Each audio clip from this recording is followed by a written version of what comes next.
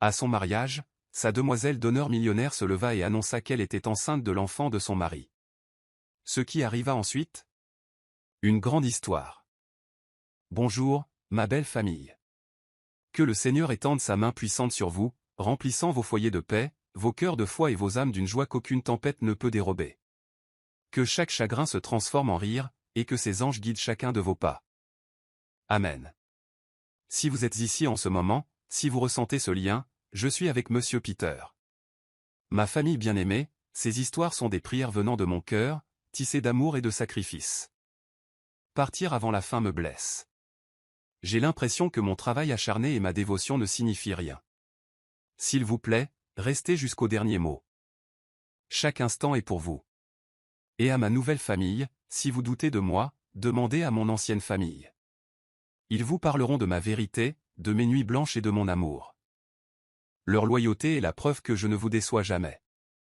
N'oubliez pas d'aimer et de vous abonner. Chaque like et commentaire maintient cette belle famille en vie. Certains moments changent tout, et Debbie White était sur le point d'en créer un qui détruirait 3 vies à jamais. Les lustres en cristal de la Rainbow Room projetaient des ombres dansantes sur 300 membres de l'élite de Manhattan alors que Christophe Nisson ajustait ses boutons de manchette en platine pour la dernière fois. Dans exactement 12 minutes, il épouserait Nina Lily, la femme qui avait transformé son monde de succès d'entreprise froid en quelque chose de beau et de significatif. L'empire du milliardaire de la tech s'étendait sur la Silicon Valley comme un royaume numérique, les algorithmes de son entreprise propulsant tout, des plateformes de trading de Wall Street aux réseaux sociaux utilisés par des millions de personnes dans le monde. Mais aucune de ces réalisations technologiques ne se comparait au royaume qu'il avait trouvé dans les bras de Nina, un domaine où les marges bénéficiaires signifiaient moins que le café du matin ensemble, où les réunions du conseil importaient moins que les conversations tranquilles sur la façon de changer le monde. « Tu es prêt pour ça, mon frère ?» chuchota son témoin, James Patterson, ajustant le nœud papillon de Christophe avec des mains qui tremblaient presque imperceptiblement.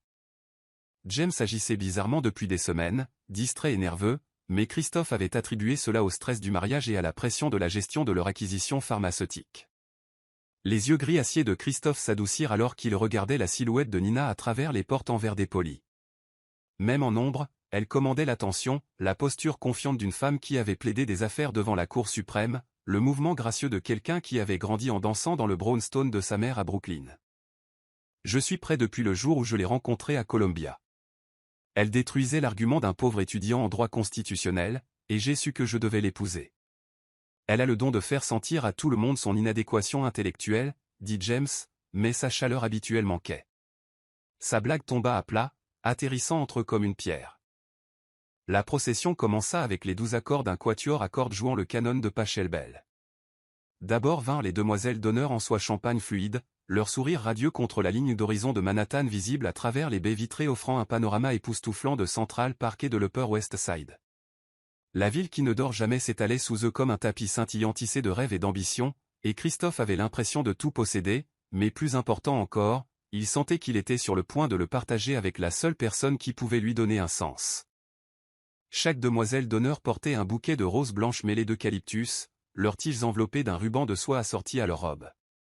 Alors qu'elles prenaient leur position, la lumière de l'après-midi accrochait le fil d'or subtil de leur robe, les faisant scintiller comme des êtres éthérés. C'étaient les amis les plus proches de Nina, de l'école de droit, de son cabinet, des organisations de défense des droits civiques où elle faisait du bénévolat. Des femmes fortes et accomplies qui avaient bâti leurs propres empires et choisi de célébrer le bonheur de Nina.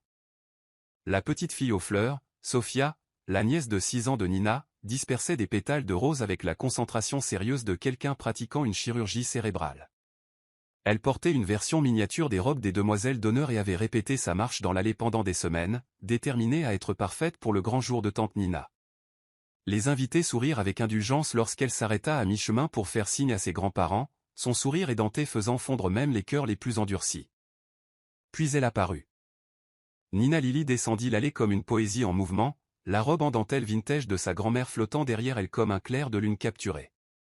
La robe avait été portée par 3 générations de femmes Lily, chacune ajoutant sa propre touche, les perles de rocaille de l'arrière-grand-mère de Nina à l'encolure, la traîne en soie de sa grand-mère, le perlage délicat de sa mère au corsage. Sa peau sombre brillait contre le tissu blanc immaculé, et ses cheveux naturels étaient ornés de gardénias frais qui emplissaient l'air de leur parfum doux et enivrant. En tant qu'avocate des droits civiques ayant combattu des affaires de discrimination jusqu'à la Cour suprême, Nina inspirait le respect partout où elle allait. Elle avait plaidé des affaires historiques qui avaient changé la politique fédérale, avait affronté des sénateurs, des PDG et des juges fédéraux avec une confiance égale. Mais aujourd'hui, elle était simplement une femme amoureuse, son armure professionnelle remplacée par de la dentelle vintage et une joie vulnérable. Le docteur Evelyn Lilly marchait à côté de sa fille, radieuse dans une soie bleu marine, des larmes de joie ruisselant sur ses joues. Elle avait élevé Nina en tant que mère célibataire après la mort du père de Nina en service militaire, et ce moment représentait l'aboutissement de décennies de sacrifices et d'amour. Lorsqu'elles atteignirent l'hôtel, elle embrassa la joue de Nina et chuchota « Ton père serait si fier », avant de prendre place au premier rang. La gorge de Christophe se serra alors que leurs yeux se rencontraient à travers l'étendue de marbre et de cristal. 5 ans ensemble, et elle faisait toujours battre son cœur comme le premier béguin d'un adolescent. Lorsqu'elle atteignit l'hôtel, il prit ses mains tremblantes dans les siennes, sentant le léger cal sur son annulaire dû à des années d'écriture de mémoire juridique, cette douce chaleur qui l'avait réconforté à travers d'innombrables nuits difficiles. « Tu es absolument époustouflante », chuchota Théil, la voix épaisse d'émotion. « Et toi, tu as l'air d'un problème », chuchota Théil en retour, son sourire assez électrique pour alimenter tout le réseau de Manhattan. « Une chance que j'aime les problèmes. En fait, je pense en faire carrière. » Leur blague privée, le langage de l'amour qu'ils avaient développé au fil des années d'expérience partagée, semblait sacré en ce moment. Autour d'eux, 300 invités étaient assis dans un silence révérencieux. Mais pour Christophe et Nina, le monde s'était rétréci à eux deux seulement. Le révérend Michael Thompson, le pasteur d'enfance de Nina à Brooklyn, qui l'avait baptisé, confirmé et conseillé à travers ses doutes d'adolescente, ouvrit sa Bible reliée en cuir avec des mains qui avaient marié des centaines de couples en 3 décennies. Sa voix profonde portait le poids de la tradition et la chaleur de l'affection personnelle alors qu'il commençait la cérémonie qui unirait non seulement 2 personnes, mais 2 familles, 2 avenirs, 2 cœurs qui avaient trouvé leur parfait équivalent.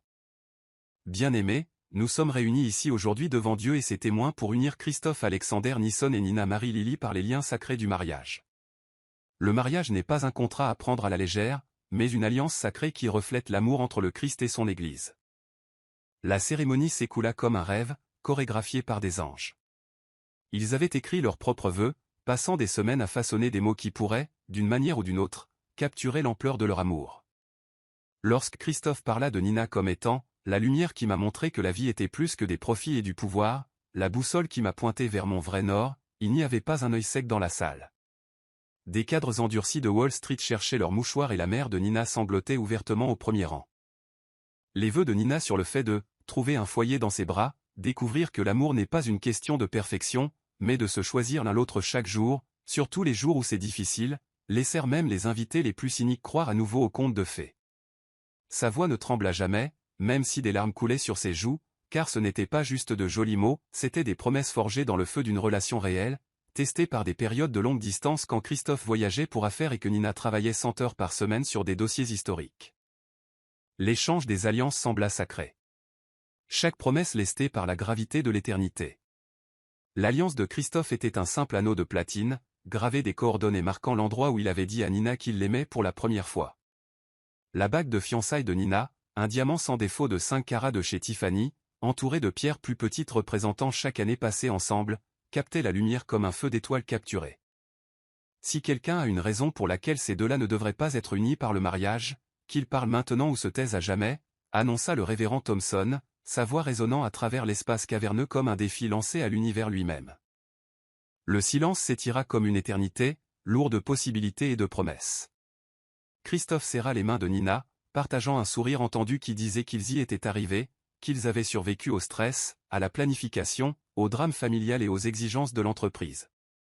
Ils étaient enfin là, enfin prêts à devenir mari et femme devant tous ceux qui comptaient pour eux. Moi.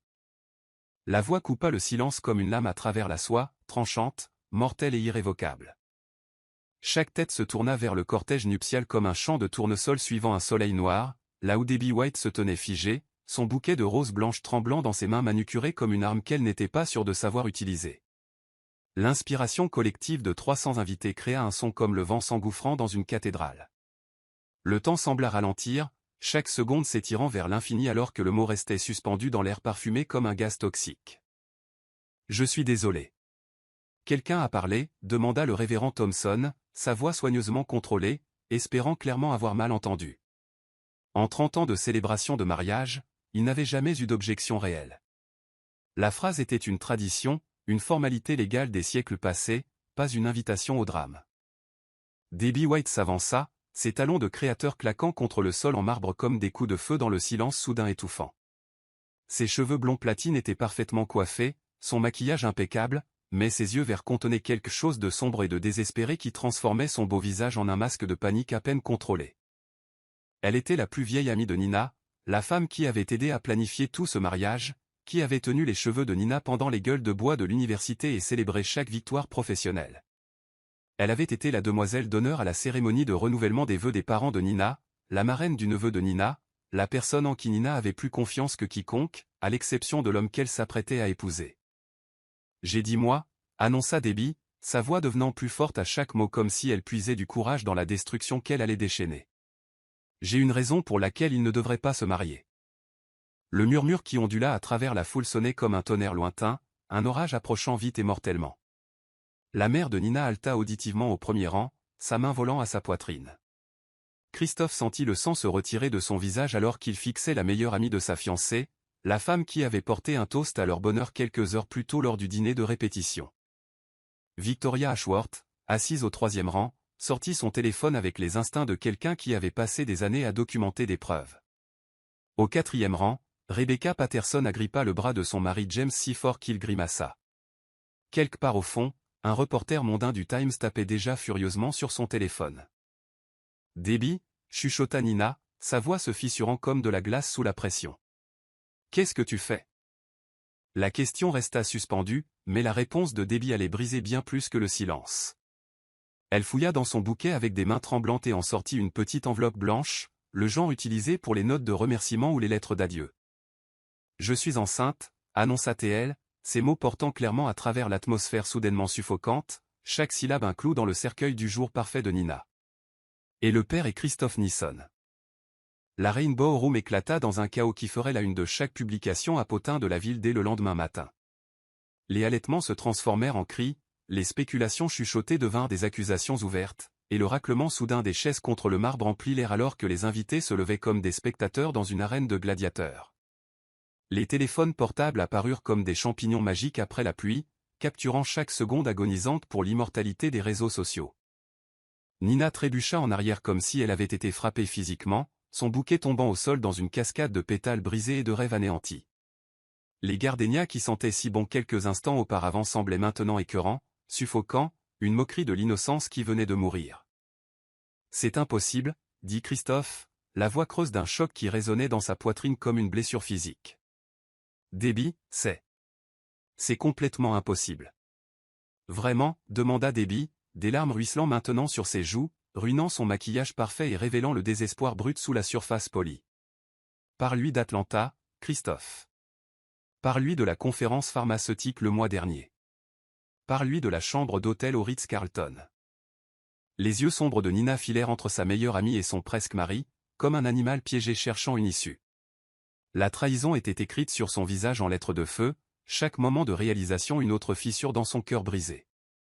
Quelle conférence ? La voix de Nina monta d'une octave, les instincts d'avocate prenant le dessus même alors que son monde personnel s'effondrait. Tu m'as dit que tu étais à Boston pour des réunions tech. Tu m'as montré l'itinéraire. Le mensonge pendait dans l'air comme un gaz toxique, visible et mortel. L'esprit de Christophe s'emballa, essayant d'assembler ce qui se passait tandis que son cœur martelait contre ses côtes comme un oiseau en cage. Il avait été à Atlanta, mais pas pour une conférence. Il y avait volé pour rencontrer Metesh Solutions, une petite firme de biotechnologie qu'il avait gardée secrète pour éviter la spéculation boursière qui aurait pu faire couler l'affaire avant sa conclusion. « Nina, je peux expliquer » commença-t-il, mais ses mots furent avalés par le chaos grandissant. « Expliquer quoi » La voix de Nina aurait pu briser Christophe. « Expliquer comment ma meilleure amie est enceinte du bébé de mon fiancé ? Expliquer comment tu m'as menti sur l'endroit où tu étais ?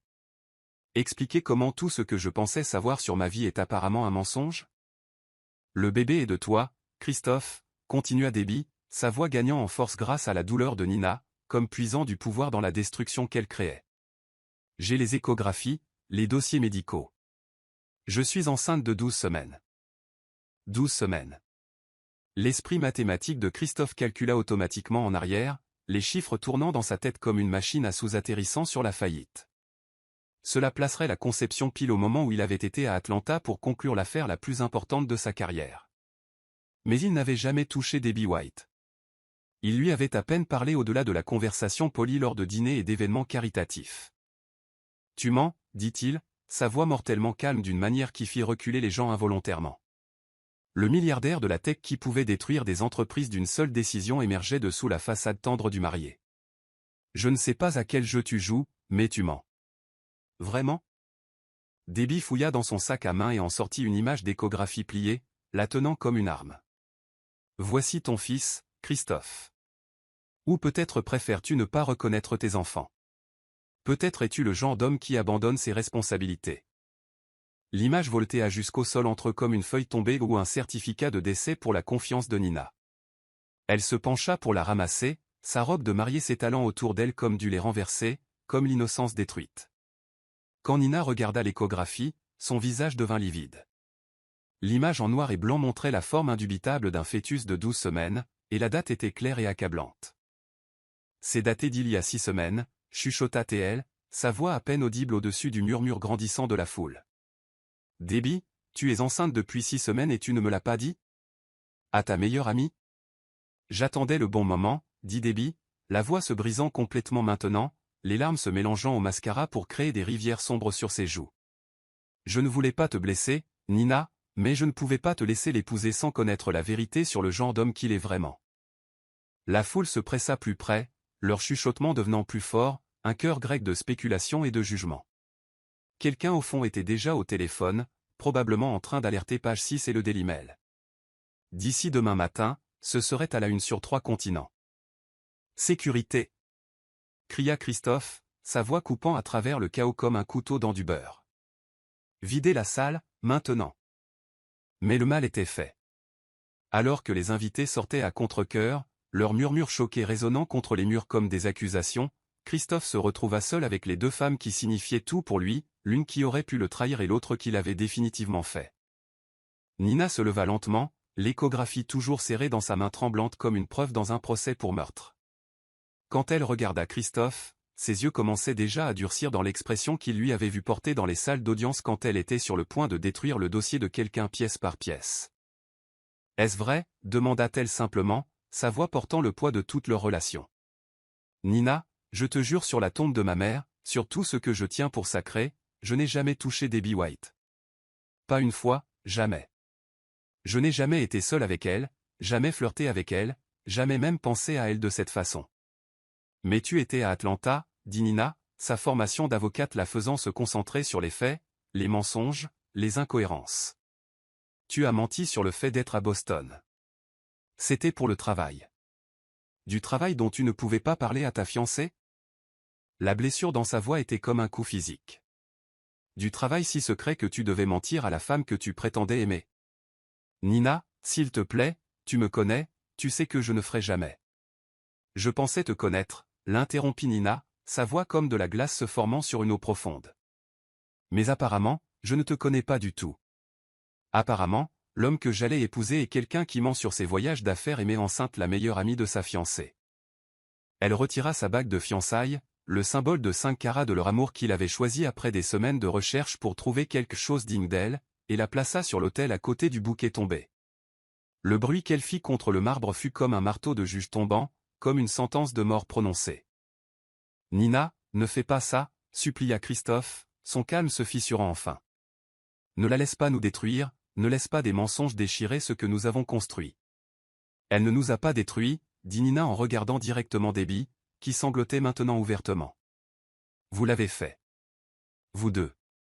Et le pire, c'est que je dois le découvrir le jour qui aurait dû être le plus heureux de ma vie, devant tous ceux que nous connaissons.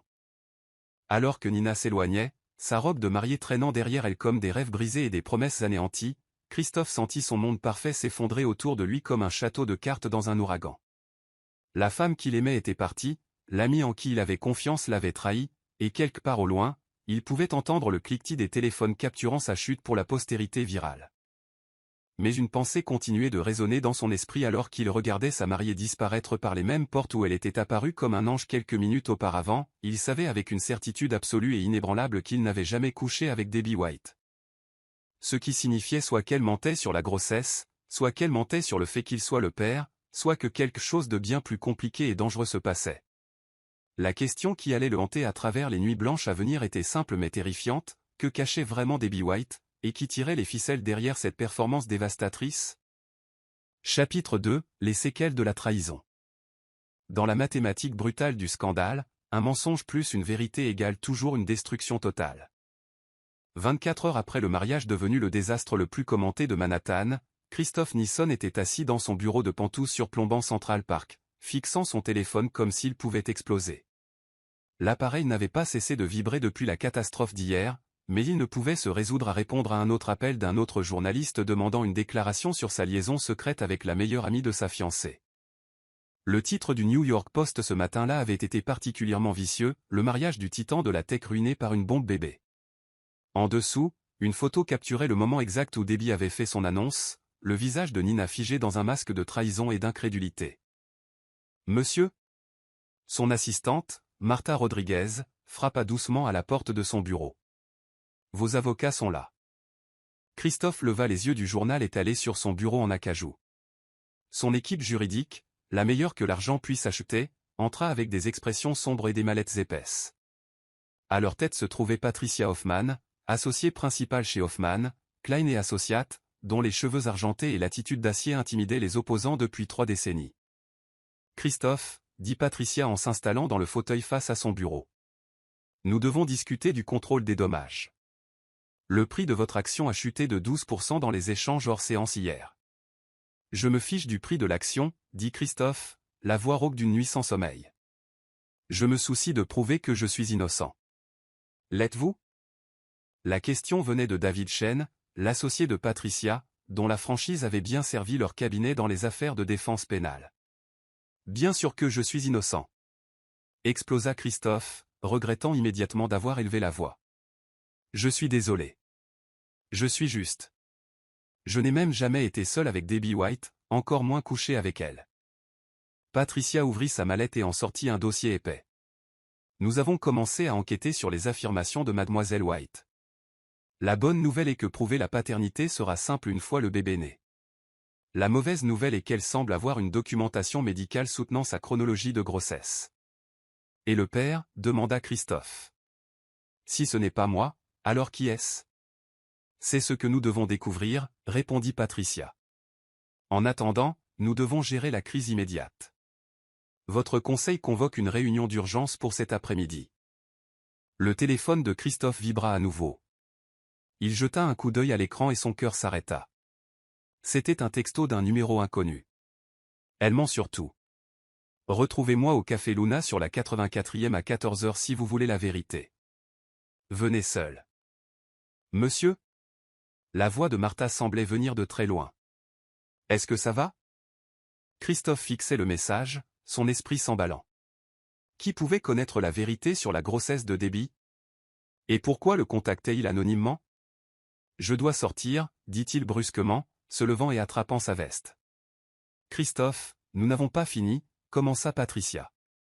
Je serai de retour dans 1 heure, dit-il, se dirigeant déjà vers la porte. Ne faites aucune déclaration à la presse avant mon retour. Le Café Luna était un petit bistrot italien niché entre une librairie et une boutique de vêtements vintage dans l'Upper West Side.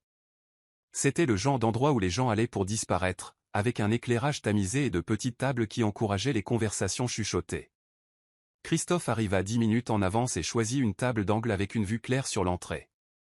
À 14 h pile, une femme entra dans le café, scannant la pièce nerveusement. Elle était grande et élégante, avec des cheveux auburn tirés en un chignon sévère et des lunettes de soleil de créateur qu'elle n'enleva pas même à l'intérieur. Elle repéra Christophe et s'approcha, ses talons claquant contre le parquet. « Monsieur Nisson » demanda-t-elle en glissant sur la chaise face à lui. « Vous avez envoyé le texto » dit-il. Ce n'était pas une question. La femme hocha la tête et enleva enfin ses lunettes de soleil, révélant des yeux bruns fatigués et des rides de stress suggérant qu'elle n'avait pas beaucoup dormi non plus ces derniers temps. « Je m'appelle Sarah Lily. Je suis la sœur aînée de Nina. Le sang de Christophe se glaça. Il avait entendu parler de Sarah, mais ne l'avait jamais rencontrée. Nina parlait rarement de sa sœur, et quand elle le faisait, c'était toujours avec un mélange d'amour et de frustration. Sarah avait un historique de mauvais choix et entraînait la famille dans des drames. « Que savez-vous de la grossesse de Debbie » demanda-t-il directement. Sarah regarda autour d'elle nerveusement, puis se pencha en avant. « Tout, chuchota-t-elle. Je sais tout parce que c'est moi qui l'ai mise dans ce pétrin. Je ne comprends pas. » Sarah prit une inspiration tremblante. « Debbie n'est pas enceinte de votre bébé, monsieur Nisson. Elle n'est même pas enceinte d'un bébé qui est biologiquement le vôtre. Mais elle est enceinte, et elle est désespérée, et j'en suis la raison. » Christophe avait l'impression d'essayer de résoudre un puzzle avec la moitié des pièces manquantes. Commencez par le début. « Il y a 3 mois, j'avais une liaison, » dit Sarah, la voix à peine audible, avec quelqu'un avec qui je n'aurais pas dû être, quelqu'un de marié, quelqu'un d'important. Quand j'ai découvert que j'étais enceinte, j'ai paniqué. Quel rapport avec Debbie? Je suis allé voir Debbie pour obtenir de l'aide. Elle a toujours été comme de la famille pour nous, et c'est la seule personne que je connaissais qui pouvait garder un secret. J'allais avorter, mais ensuite. Sarah s'arrêta, ses mains tremblant alors qu'elle attrapait son verre d'eau. Mais ensuite quoi? L'homme avec qui j'avais une liaison est quelqu'un que vous connaissez, monsieur Nisson. Quelqu'un avec qui vous travaillez. Quand Debbie a découvert qui était le père, elle a dit qu'elle avait une meilleure idée. L'esprit de Christophe passa en revue ses associés, essayant d'imaginer lequel aurait une liaison avec la sœur de Nina. Qui? Votre associé, chuchota Sarah. James Patterson. Les mots frappèrent Christophe comme un coup physique. James Patterson, son témoin, son ami le plus proche, la personne en qui il avait confiance plus que quiconque sauf Nina. James, qui était marié à Rebecca, une femme douce qui luttait contre l'infertilité depuis des années. James, chuchota Christophe. Vous avez une liaison avec James? J'avais, corrigea Sarah. J'y ai mis fin quand j'ai découvert pour la grossesse. Mais Debbie. Elle a dit qu'elle pouvait utiliser l'information pour nous aider toutes les deux. Comment? Les yeux de Sarah s'emplirent de larmes. Elle savait pour votre acquisition de MedTech Solutions, la compagnie pharmaceutique à Atlanta. Elle a dit que si elle pouvait convaincre tout le monde que vous étiez le père de mon bébé, elle pourrait vous faire chanter pour obtenir de l'argent pour la pension alimentaire, et je pourrais disparaître jusqu'à ce que je décide quoi faire de la grossesse.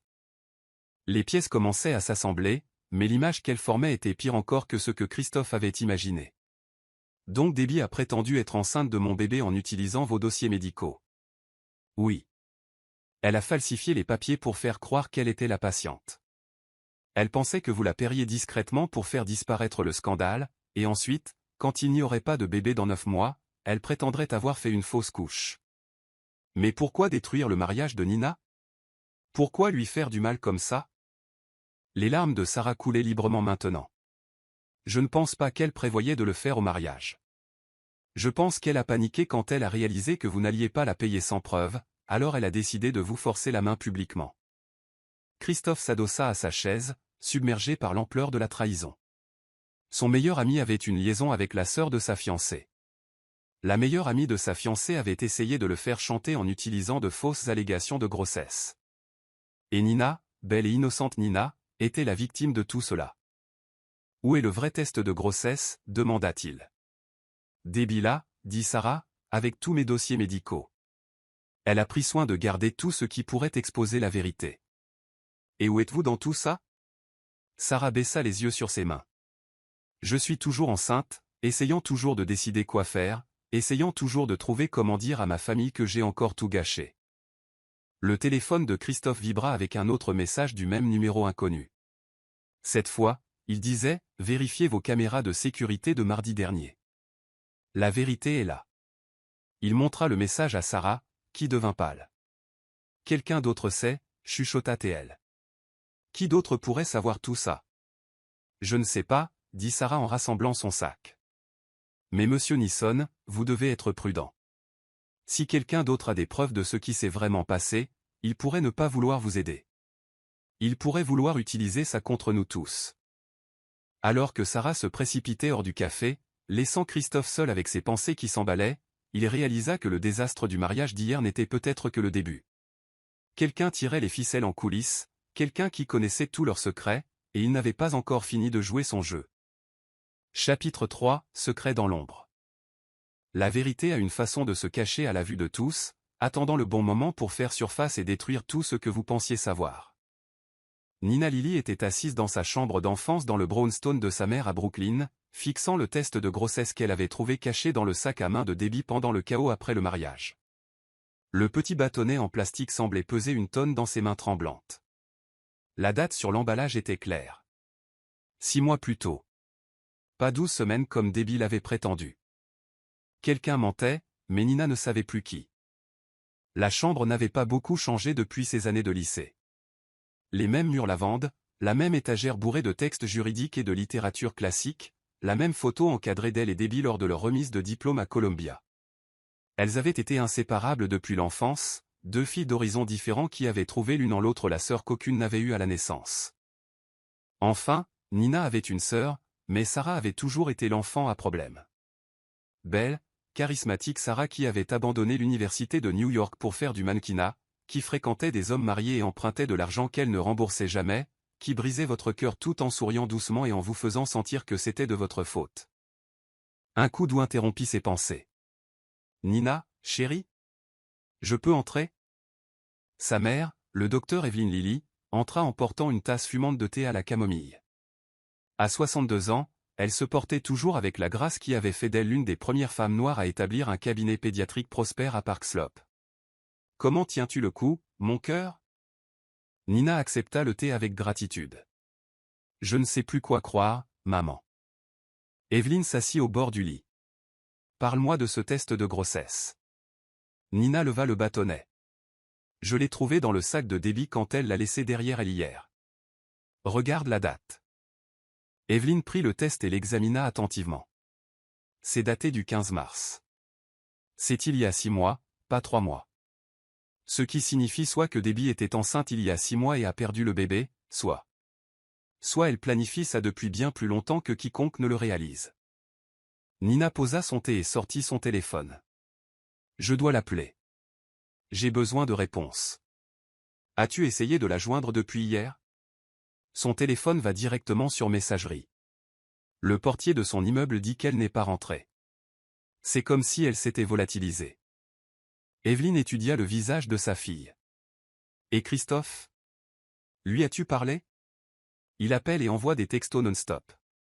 Mais, maman, il m'a menti sur le fait d'être à Atlanta. S'il peut mentir sur quelque chose de petit comme un voyage d'affaires, sur quoi d'autre a-t-il menti ? Ou, dit Evelyn doucement, peut-être qu'il y a plus à l'histoire que ce qui s'est passé à cet hôtel. Le téléphone de Nina sonna. Elle jeta un coup d'œil à l'écran. C'est James Patterson, l'associé de Christophe. Réponds, encouragea Evelyn. Peut-être qu'il peut éclaircir la situation. Nina accepta l'appel. Allô, James. Nina, Dieu merci. La voix de James était tendue, presque paniquée. Je dois te parler, en personne. C'est à propos de Debbie et de ce qui s'est passé hier. James, je ne pense pas il y a quelque chose que tu dois savoir sur ta sœur Sarah, l'interrompit-il. Quelque chose qui change tout. Le sang se retira du visage de Nina si vite qu'Evelyn tendit la main pour la stabiliser. Quoi à propos de Sarah ? Je ne peux pas le dire au téléphone. Peux-tu me retrouver à Central Park, au jardin de Shakespeare, dans 1 heure ?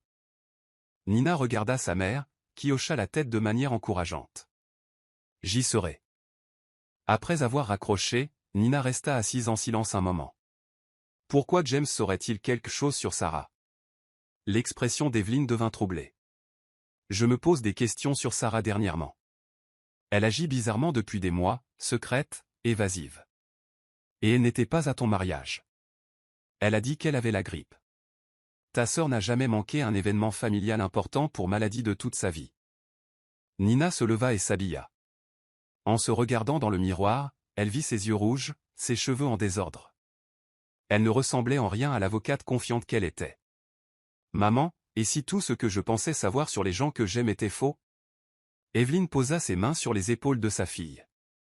Alors tu affrontes la vérité, quelle qu'elle soit.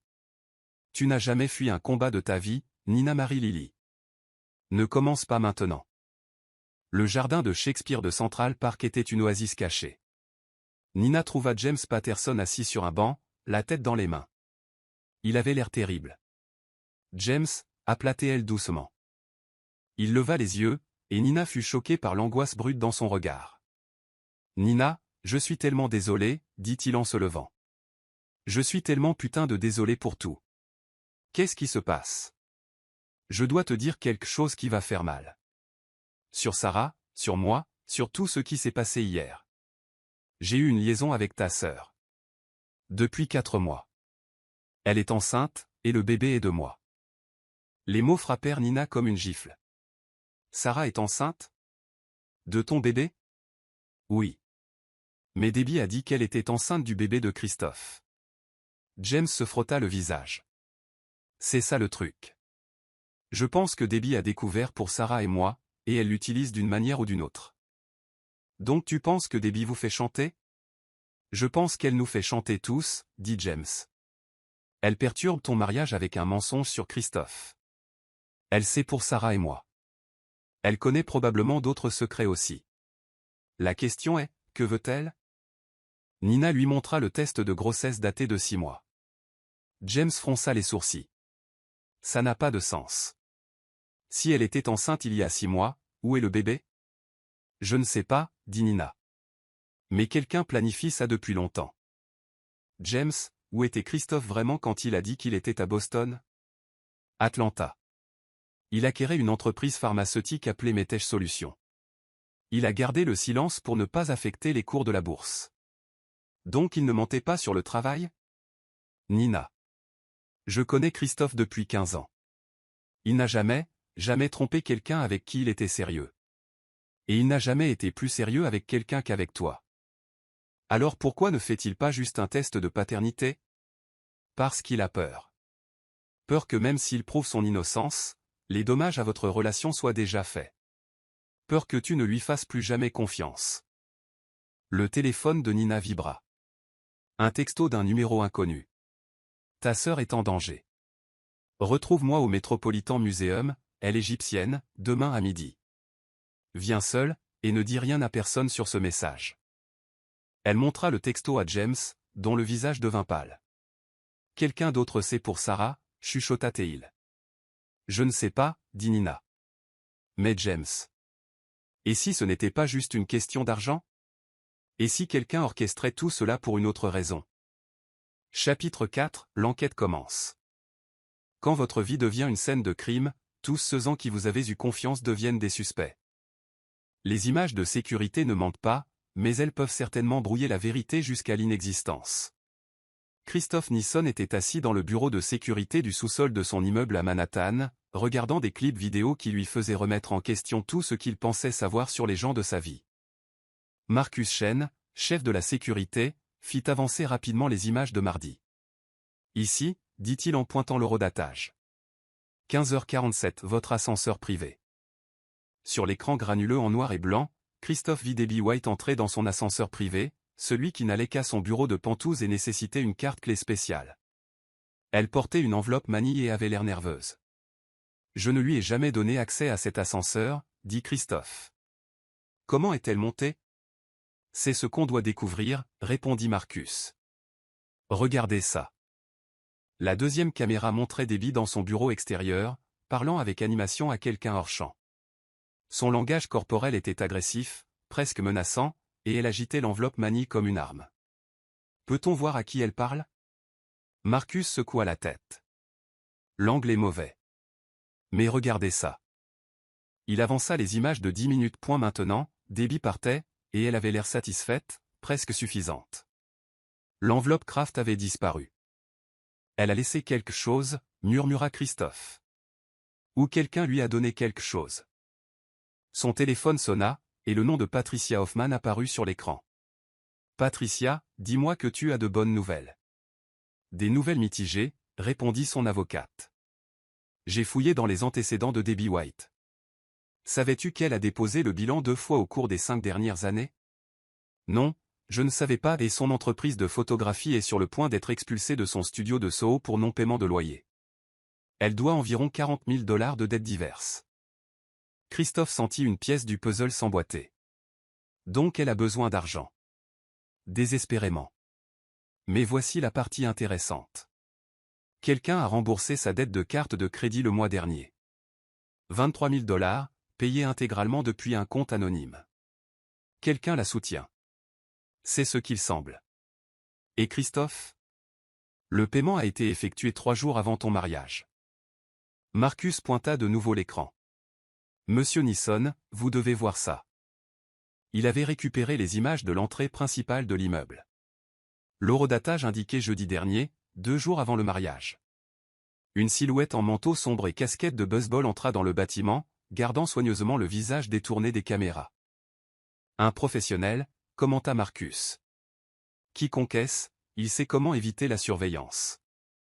Mais alors que la silhouette traversait le hall, son manteau bougea, révélant quelque chose qui glaça le sang de Christophe. Un bracelet en argent distinctif, un qu'il avait vu maintes fois auparavant. Jésus-Christ, chuchota Théil.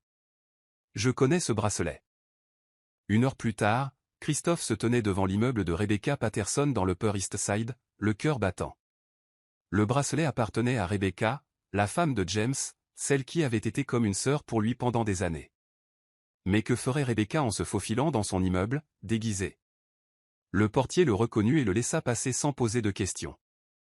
Rebecca vivait au 14B, un confortable 2 pièces qu'elle et James avaient acheté quand ils s'étaient mariés. Il était rempli de ces touches chaleureuses pour lesquelles Rebecca était célèbre, plaid tricoté à la main, fleurs fraîches, photographies de famille et d'amis couvrant chaque surface disponible. Rebecca ouvrit la porte en pantalon de yoga et pull oversize, ses cheveux blonds tirés en un chignon décoiffé. Elle semblait surprise de le voir. « Christophe? Qu'est-ce que tu fais là? Tout va bien? Je peux entrer? Nous devons parler. » Quelque chose dans son ton dut l'alarmer, car son sourire accueillant s'effaça. « Bien sûr. C'est à propos de James? Il agit si bizarrement ces derniers temps. » Elle le conduisit dans le salon, où des magazines de mariage étaient éparpillés sur la table basse. Christophe réalisa avec un pincement au cœur que Rebecca et James prévoyaient de renouveler leurs vœux pour leur 10e anniversaire à venir. « Rebecca, je dois te demander quelque chose, et j'ai besoin que tu sois complètement honnête avec moi. » Elle s'installa dans son fauteuil préféré, repliant ses jambes sous elle. « Christophe, tu me fais peur. Étais-tu dans mon immeuble jeudi après-midi dernier? » La couleur quitta le visage de Rebecca si rapidement que Christophe crut qu'elle allait s'évanouir. Elle ouvrit la bouche pour parler, puis la referma, comme un poisson cherchant de l'air. « Comment as-tu su? » chuchota Théil finalement. Caméra de sécurité. « Rebecca, qu'est-ce que tu faisais là? » Les larmes emplirent ses yeux, et elle couvrit son visage de ses mains. « Je la suivais, dit-elle, la voix étouffée. Je suivais Debbie White. » Pourquoi? Rebecca leva les yeux, et Christophe fut choqué par la douleur dans son expression. Parce que je savais qu'elle rencontrait quelqu'un lié à James. Je sais depuis des semaines qu'il a une liaison. L'aveu flotta dans l'air entre eux comme un nuage toxique. Christophe se sentit nauséeux. James était son ami le plus proche, son partenaire commercial, son confident. L'idée qu'il ait trompé Rebecca, douce et loyale Rebecca qu'il avait soutenue à travers tout, était presque trop douloureuse à traiter. Comment as-tu su? Relevé de carte de crédit, frais d'hôtel en pleine journée, parfum sur ses vêtements qui n'étaient pas le mien, appel téléphonique qu'il prenait dans l'autre pièce. La voix de Rebecca devenait plus forte maintenant, la colère commençant à remplacer la blessure. J'ai engagé un détective privé. Rebecca. Elle s'appelle Sarah Lily, poursuivit Rebecca. La sœur de Nina. Tu peux croire ça? Il a une liaison avec la sœur de Nina pendant que tu prévois d'épouser Nina. C'est comme une blague malsaine. Christophe s'affaissa sur le canapé, submergé. Le détective privé. Qu'est-ce qu'il a trouvé? Rebecca se leva et marcha vers un petit bureau dans le coin de la pièce. Elle en sortit un épais dossier Kraft et le lui tendit. Tout. Registre d'hôtel, photographie, transactions financières. Il se voyait 2 fois par semaine depuis 4 mois. Christophe ouvrit le dossier et regretta immédiatement de l'avoir fait. Les photographies étaient accablantes. James et Sarah entrant dans des hôtels, assis intimement dans des box de restaurants, la main de James sur le ventre très manifestement enceinte de Sarah. Elle est enceinte, dit Rebecca, la voix se brisant. Du bébé de mon mari. Alors que je dépense des milliers de dollars en traitement de fertilité, essayant de lui donner l'enfant qu'il veut.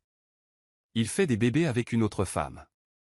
Rebecca, je suis tellement désolé. Mais voici ce qui n'a pas de sens, continua-t-elle en essuyant ses yeux. Selon l'enquêteur, Sarah Lily raconte aux gens qu'elle n'est pas enceinte du bébé de James. Elle dit que le père est quelqu'un d'autre entièrement. Christophe leva les yeux des photos. Quoi? L'enquêteur l'a entendu au téléphone avec quelqu'un la semaine dernière. Elle a dit, et je cite, « Ne t'inquiète pas pour James. Pour autant que tout le monde sache, le bébé n'est pas de lui. » À qui parlait-elle? C'est ce que j'essayais de découvrir quand j'ai suivi Debbie jusqu'à ton immeuble. Je pense que Debbie et Sarah travaillent ensemble sur quelque chose. Je pense qu'elle prépare quelque chose qui vous implique tous les deux, toi et James. Le téléphone de Christophe vibra avec un SMS, « Arrête de creuser ou des gens seront blessés. » C'est ton seul avertissement. Il montra le message à Rebecca, qui pâlit de nouveau. Quelqu'un sait que nous parlons, chuchota-t-elle. Rebecca, écoute-moi très attentivement. Je pense que toi et moi sommes manipulés. Je pense que quelqu'un utilise tous nos secrets contre nous.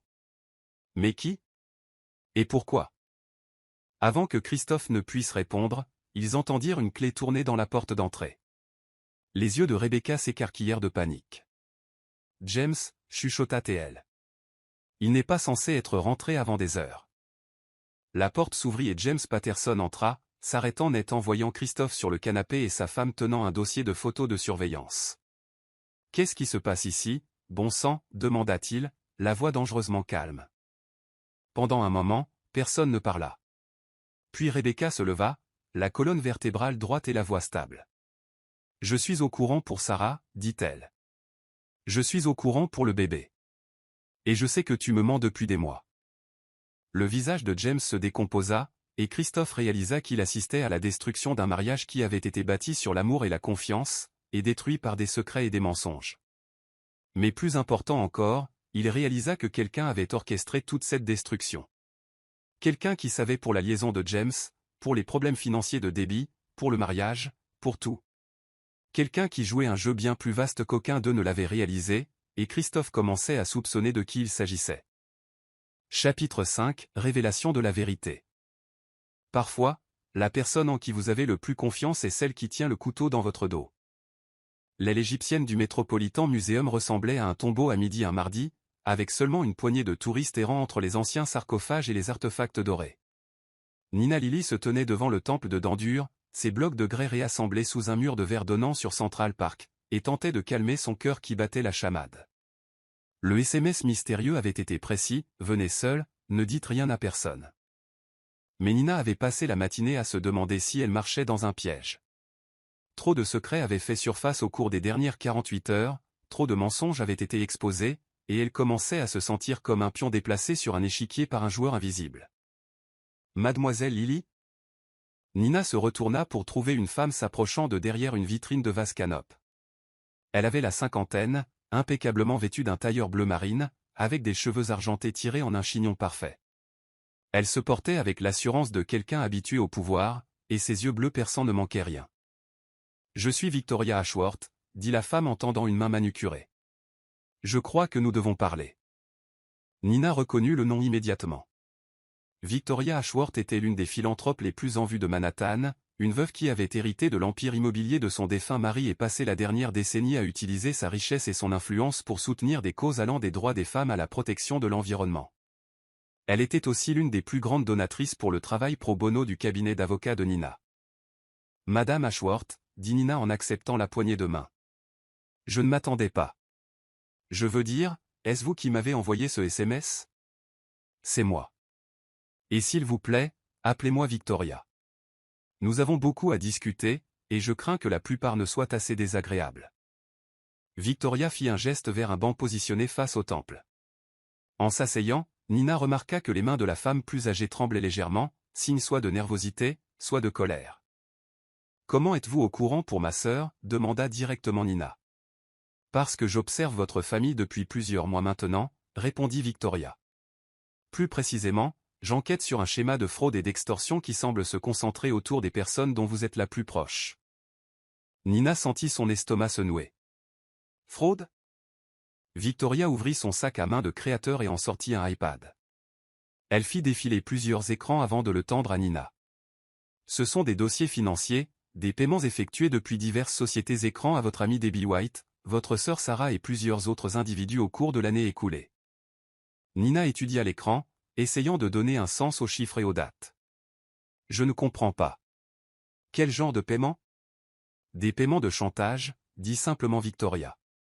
Quelqu'un a systématiquement rassemblé des informations compromettantes sur des New-Yorkais riches et éminents, puis a utilisé ces informations pour leur extorquer de l'argent. Et vous pensez que ma sœur et Debbie sont impliqués? Je pense que ce sont des victimes devenues complices, corrigea Victoria. La vraie question est de savoir qui dirige l'opération. Nina leva les yeux de l'iPad. Pourquoi me dites-vous cela? Quel est votre lien avec tout ça? L'expression de Victoria devint douloureuse. Parce que mon fils a été l'une des premières victimes. Votre fils? Michael Ashworth. Il est procureur fédéral et a été victime de chantage à propos d'une liaison qu'il a eue il y a 3 ans. Le maître chanteur exigeait de l'argent pour garder le silence, menaçant de détruire sa carrière et son mariage s'il ne payait pas. Nina se souvenait avoir lu des articles sur Michael Ashworth dans la presse juridique. C'était une étoile montante au bureau du procureur des États-Unis, connu pour son travail sur les crimes en col blanc. A-t-il payé? Pendant un temps, oui. $5 000 par mois pendant 18 mois. Mais les exigences ont augmenté et il a réalisé que ça ne finirait jamais. Alors il est venu me demander de l'aide. Victoria reprit l'iPad et fit glisser vers un nouvel écran.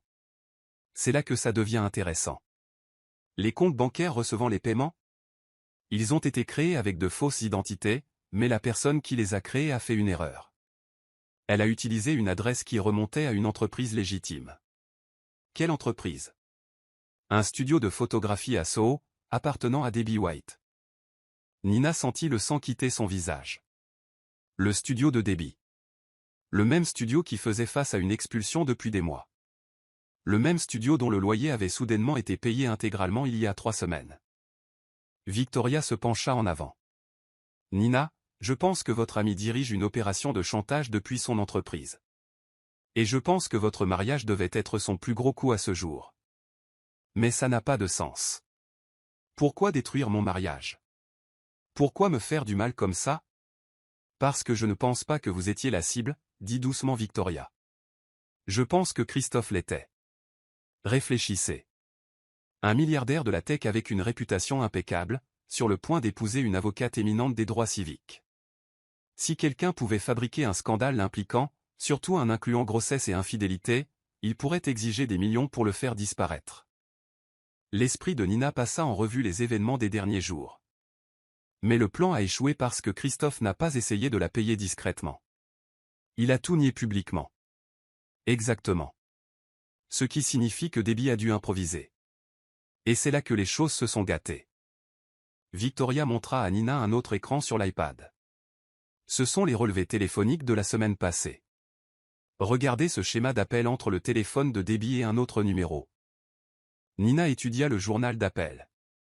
Commençant une semaine avant le mariage, il y avait eu des dizaines d'appels entre Debbie et un numéro inconnu. Les appels avaient augmenté en fréquence jusqu'au matin même du mariage. Qui est l'autre numéro? C'est ce que j'ai essayé de découvrir.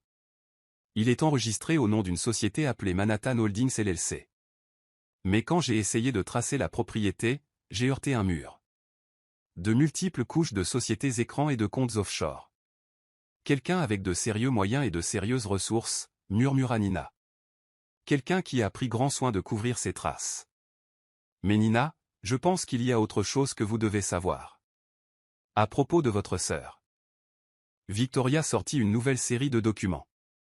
Sarah reçoit des paiements aussi. Pas des mêmes comptes que Debbie, mais de sources liées.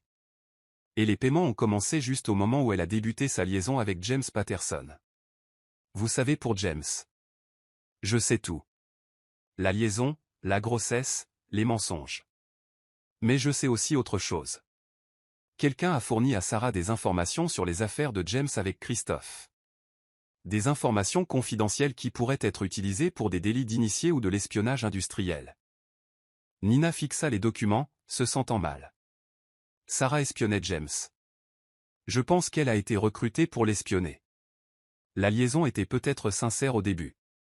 Mais quelqu'un l'a transformée en opportunité pour recueillir des renseignements sur l'entreprise de Christophe. Mais pourquoi? Que voudrait-on faire des informations sur l'entreprise de Christophe? L'expression de Victoria devint sombre. Parce que votre fiancé est sur le point de conclure un accord qui pourrait valoir des milliards. La société pharmaceutique qu'il acquiert travaille sur des traitements révolutionnaires pour les maladies rares. Si quelqu'un pouvait manipuler le cours de l'action ou saboter l'acquisition. Elle n'eut pas besoin de finir sa phrase. Nina comprit. Le désastre du mariage, le scandale de la grossesse, les secrets d'affaires. Tout était lié. Quelqu'un avait orchestré une campagne pour détruire la réputation et l'empire commercial de Christophe. Madame Ashworth. Victoria. Qui pensez-vous être derrière tout ça? J'ai une théorie, dit Victoria. Mais j'ai besoin de plus de preuves avant de pouvoir le prouver. Ce que je peux vous dire, c'est que quiconque sait, il a des ressources, des connexions et une connaissance intime de toutes vos vies personnelles. Le téléphone de Nina vibra avec un SMS. Cette fois, c'était d'un numéro qu'elle reconnaissait. Le téléphone de Debbie. Nina, je suis tellement désolé pour tout. Rejoins-moi au studio de photos ce soir à 20h. Je te dirai tout, je le promets. Viens seul. Victoria lut le message par-dessus l'épaule de Nina. C'est un piège. Peut-être. Mais c'est peut-être aussi ma seule chance d'obtenir des réponses. Nina, ces gens ont déjà montré qu'ils sont prêts à détruire des vies pour obtenir ce qu'ils veulent. Si vous allez à ce studio. Alors je m'assurerai de ne pas y aller seul, dit Nina en se levant. Madame Ashworth, j'ai besoin que vous appeliez quelqu'un pour moi. J'ai besoin que vous appeliez Christophe. En sortant de l'aile égyptienne, passant devant les anciens artefacts et les trésors intemporels, Nina réalisa que sa vie était devenue une sorte de fouille archéologique. Elle exhumait des couches de secrets et de mensonges, essayant de découvrir la vérité enfouie sous des années de tromperie. Mais contrairement aux archéologues qui avaient soigneusement mis au jour le temple pierre par pierre, Nina manquait de temps. La vérité était enterrée quelque part dans ce studio de photographie, et elle allait la déterrer ce soir. Même si cela devait la tuer. Chapitre 6, première révélation. Au moment où vous pensez comprendre le jeu, quelqu'un change toutes les règles. Le studio de photographie de Soho ressemblait à un musée de rêves brisés à 20h un mardi soir.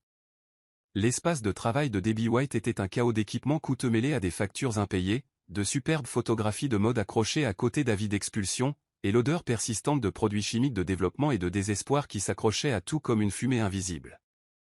Nina Lily se tenait dans l'encadrement de la porte, son doigt planant sur la numérotation rapide de Christophe. Elle avait promis à Victoria Ashworth qu'elle n'entrerait pas seule, mais le studio semblait vide, et elle en avait assez d'avoir peur de sa plus vieille amie. Après tout ce qui s'était passé, après tous les mensonges, les trahisons et les révélations choquantes, elle avait besoin de regarder Debbie dans les yeux et d'entendre la vérité. Le studio lui-même racontait une histoire de rêves différés et d'ambitions écrasées. L'équipement d'éclairage Profoto coûteux restait inutilisé, couvert d'une poussière suggérant des mois de négligence. Des photographies de mode de temps plus prospères bordaient les murs, de superbes portraits en noir et blanc de mannequins et de célébrités qui avaient jadis orné les pages de Vogue et Harper's Bazaar. Mais intercalés entre ces triomphes artistiques se trouvaient des rappels crus de la réalité financière, avis de retard, lettres d'agence de recouvrement, et un avertissement d'expulsion bien en vue scotché sur le bureau d'accueil. « Debbie » appela-t-elle, sa voix résonnant dans l'espace haut de plafond. « Je suis là. » Une lumière vacilla au fond du studio, illuminant le petit bureau où Debbie gérait le côté commercial de son travail de photographe. Nina pouvait voir sa silhouette à travers la porte en verre dépoli, assise voûtée sur ce qui semblait être un bureau couvert de papiers et de documents juridiques. L'ombre semblait plus petite d'une certaine manière, diminuée comme quelqu'un qui portait un poids insupportable depuis trop longtemps. « Ici » appela la voix de Debbie, sonnant tendue et fatiguée d'une manière que Nina n'avait jamais entendue auparavant. Il y avait une qualité creuse, comme si toute combativité l'avait quittée. Nina traversa le studio, passant devant l'équipement d'éclairage professionnel et les supports de fond qui avaient autrefois représenté les rêves de Debbie de devenir la prochaine Annie Leibovitz ou Richard Avedon. L'équipement était haut de gamme, boîte à lumière et stroboscope coûtant des milliers de dollars, appareil photo valant plus que la voiture de la plupart des gens, mais tout était couvert d'une fine couche de poussière. Elle remarqua des détails qu'elle avait manqués lors de visites précédentes, la façon dont les parquets coûteux étaient éraflés et tachés, la façon dont les murs blancs jadis immaculés montraient des signes de dégâts des eaux jamais correctement réparés, la façon dont tout l'espace ressemblait à une belle coquille s'effritant lentement de l'intérieur. Elle poussa la porte du bureau et trouva Debbie assise derrière son bureau, mais elle n'était pas seule. Sarah Lily était assise sur la chaise en face d'elle, le visage strié de larmes et les mains berçant protectrices, son ventre manifestement arrondi. La vue de sa sœur, Sarah, qui était censée avoir la grippe, qui avait manqué le jour le plus important de la vie de Nina, la frappa comme un coup physique. Le bureau était exigu et encombré, dominé par un bureau bon marché qui jurait parmi l'équipement photo coûteux. Des classeurs bordaient les murs, leurs tiroirs légèrement ouverts, comme si quelqu'un les avait fouillés à la hâte. Des papiers étaient éparpillés sur chaque surface, factures, contrats, relevés bancaires et ce qui semblait être des dossiers médicaux. « Sarah » halta Nina, sa voix se brisant dans un mélange de soulagement et de colère.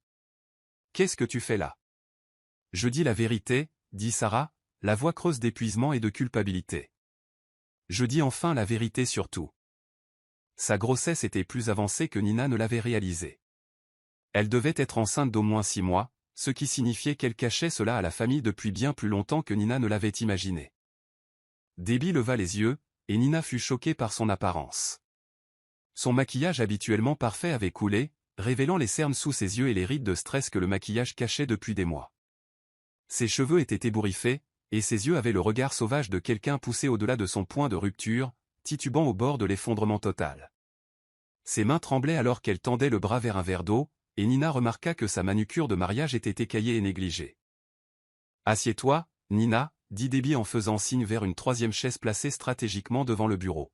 « Il y a tant que tu dois savoir, tant que j'aurais dû te dire il y a des mois. » Sa voix portait le poids de quelqu'un portant des secrets depuis trop longtemps. Nina resta debout, ses instincts juridiques lui dictant de maintenir une position de force. La lumière fluorescente du plafond projetait des ombres dures sur leur visage, donnant au petit bureau des allures de salle d'interrogatoire. « J'en apprends beaucoup ces derniers temps, comme le fait que tu diriges une opération de chantage depuis ce studio. » Le rire de Debbie fut amer et sans humour, le son de quelqu'un ayant perdu la capacité de trouver quoi que ce soit d'amusant dans la vie. « Opération de chantage ? C'est ce que Victoria Ashworth t'a dit ? » Il y avait de la résignation dans sa voix, comme si elle s'attendait à cette confrontation depuis des semaines. « Tu es au courant pour Victoria ? » « Je suis au courant pour tous ceux qui fouillent dans mes affaires, » répondit Debbie, la voix empreinte d'une lassitude parlant de nuit blanche et de peur constante. « Tout comme je sais que Christophe enquête sur moi, que James essaie de savoir qui est au courant de sa liaison, et que tu joues au détective dans tout Manhattan. » Sarah se pencha en avant sur sa chaise, sa grossesse rendant le mouvement maladroit. « Nina, tu dois comprendre, rien de tout ça ne devait se passer comme ça. » Sa voix portait le ton suppliant de quelqu'un désespéré d'être compris. « Comment cela devait-il se passer ?» demanda Nina, sa formation d'avocate rendant sa voix tranchante et accusatrice. « Tu détruis mon mariage, humilie l'homme que j'aime et entraîne notre famille dans une conspiration criminelle. » Quelle était la version acceptable de ce cauchemar ? Ce n'était pas censé être criminel. Explosa Sarah, son calme se fissurant finalement complètement. C'était censé être. Mon Dieu, je ne sais même plus ce que c'était censé être.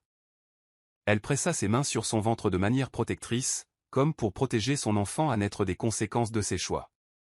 Debbie ouvrit un tiroir de bureau et en sortit un épais dossier Kraft, son contenu gonflé de ce qui semblait être des mois de preuves accumulées. Le dossier était usé et plié comme s'il avait été manipulé d'innombrables fois. « Tiens, » dit-elle en le faisant glisser sur le bureau avec des mains tremblantes. « C'est tout. Tous les fichiers, toutes les preuves, toute la vérité que tu cherches. » Nina ouvrit le dossier et se retrouva à regarder des copies de dossiers médicaux, des relevés bancaires, des photographies et ce qui semblait être une chronologie détaillée des événements remontant à plusieurs mois. L'organisation était méticuleuse, presque obsessionnelle, comme si quelqu'un avait documenté chaque détail d'un plan complexe.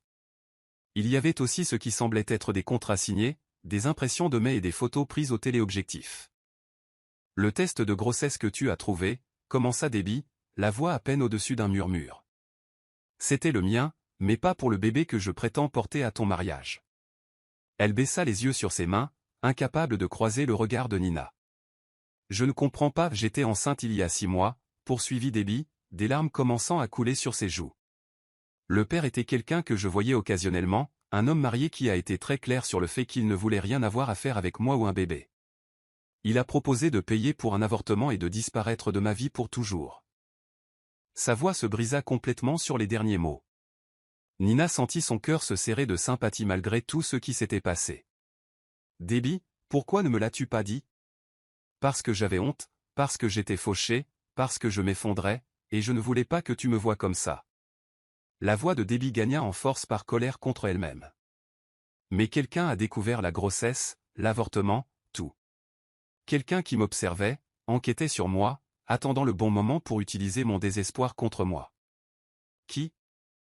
Sarah et Debbie échangèrent un regard lourd de culpabilité et de peur partagée, le genre de regard passant entre co-conspirateurs s'étant enfoncé bien plus loin qu'ils ne l'avaient jamais voulu. C'était un regard qui parlait de nuits blanches passées à se demander comment elle s'était autant perdue. Quelqu'un qui nous a offert une porte de sortie à nos problèmes, dit doucement Sarah, sa voix à peine audible au-dessus du bourdonnement des néons. Quelqu'un qui a promis que si nous l'aidions à rassembler des informations sur les gens de ta vie, il ferait disparaître nos ennuis. Il semblait si légitime, si professionnel. Ça ressemblait à du travail de consultant, pas à ce que c'est devenu. Nina s'affaissa sur la chaise, submergée par l'ampleur de la tromperie. La chaise de bureau bon marché grinça sous son poids et elle remarqua qu'une de ses roues était cassée. Quel genre d'informations? Des secrets d'affaires de James, admit Sarah, la voix à peine audible. Des détails personnels sur toi et Christophe, des informations financières, des affaires juridiques sur lesquelles tu travaillais, les plans du mariage, tout ce qui pourrait être utile.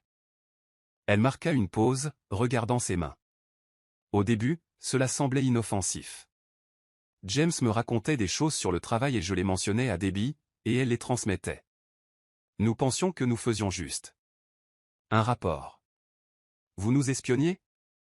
Pas espionner, protesta Debbie, bien que sa voix manquât de conviction.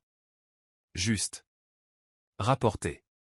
Sarah me racontait des choses apprises de James et je leur disais ce que j'observais quand nous dînions ensemble ou quand tu parlais boulot. Cela semblait inoffensif au début, juste des conversations banales que nous étions payés pour retenir. L'heure? Qui est Lyle?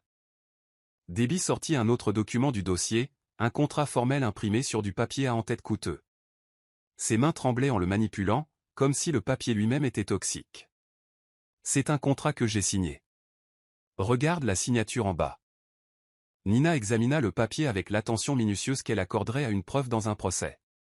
C'était un accord formel pour des services de consultation promettant à Debbie $25 000 en échange d'une collecte de renseignements discrètes concernant les activités personnelles et professionnelles d'individus spécifiés. Le langage était soigneusement élaboré pour paraître légitime tout en étant assez vague pour éviter une responsabilité pénale spécifique. Il y avait plusieurs pages avec des calendriers de paiement détaillés et des demandes d'informations spécifiques. La signature en bas était illisible, mais l'entête en haut lui glaça le sang. Patterson & Associates, lut-elle à haute voix, l'incrédulité montant dans sa voix. Mais c'est l'ancien cabinet d'avocats de James, finit Sarah, la voix creuse sous le poids de la révélation, avant qu'il ne se lance en affaire avec Christophe. Mais James ne travaille plus là-bas. Il n'y travaille plus depuis 5 ans. Non, dit Debbie, mais son ancien partenaire si. Le frère de Rebecca Patterson. Elle sortit une photo d'un homme en costume coûteux debout devant un immeuble de bureau de Manhattan. C'est lui. C'est l'homme qui m'a recruté. Nina fixa le document, l'esprit titubant alors que les pièces du puzzle s'assemblaient avec une clarté dévastatrice. Le frère de Rebecca? Mais le nom de jeune fille de Rebecca était Morrison, pas Patterson. Elle a pris le nom de James quand ils se sont mariés, expliqua Sarah, sa voix gagnant en assurance alors qu'elle disait enfin la vérité. Mais son frère a continué d'utiliser le nom Patterson pour le cabinet d'avocats parce qu'il avait une reconnaissance de marquer des relations clients existantes. Son vrai nom est David Morrison. David Morrison, répéta Nina, le nom déclenchant un flot de souvenirs. Attends, je connais ce nom. Il essaie de débaucher des clients de mon cabinet depuis des années. Nous avons été en concurrence sur plusieurs affaires majeures, et ses tactiques ont toujours semblé agressives. Et il perdait, dit Debbie en sortant une pile de documents financiers. Lourdement. Son cabinet perd de l'argent à flot, et il cherchait des moyens de prendre l'avantage sur la concurrence. Ce sont les états financiers de son cabinet. Il me les a montrés pour expliquer pourquoi il avait tant besoin de ces informations. Les pièces commençaient à s'assembler dans l'esprit de Nina, mais l'image qu'elle formait était encore plus troublante qu'elle ne l'avait imaginé. L'ampleur de la conspiration était bien plus grande qu'elle ne le pensait, impliquant non seulement des trahisons personnelles, mais un sabotage professionnel et une fraude financière à grande échelle. Donc David Morrison vous a recruté pour m'espionner afin d'obtenir des informations privilégiées sur mes dossiers. Au début, admit Sarah, la voix brisée par la honte, mais ensuite il a découvert ma liaison avec James, et la portée de l'opération s'est considérablement élargie. Il a dit qu'il pouvait utiliser la liaison comme levier, comme un moyen d'obtenir des informations encore meilleures. Élargie comment? Debbie sortit une photo et la posa sur le bureau avec des mains tremblantes. Elle montrait Sarah et James entrant dans un hôtel, mais l'angle et l'éclairage suggéraient qu'elle avait été prise par un photographe professionnel utilisant un équipement coûteux et des téléobjectifs. Il y avait des horodatages et des données de localisation imprimées au bas de l'image. Il voulait des photos compromettantes de la liaison. Il a dit qu'il pourrait avoir besoin d'un moyen de pression sur James si les affaires de Christophe commençaient à affecter ses propres intérêts. La voix de Debbie était à peine un murmure maintenant. Il avait des gens qui les suivaient, documentaient tout. Il y a des dizaines de photos.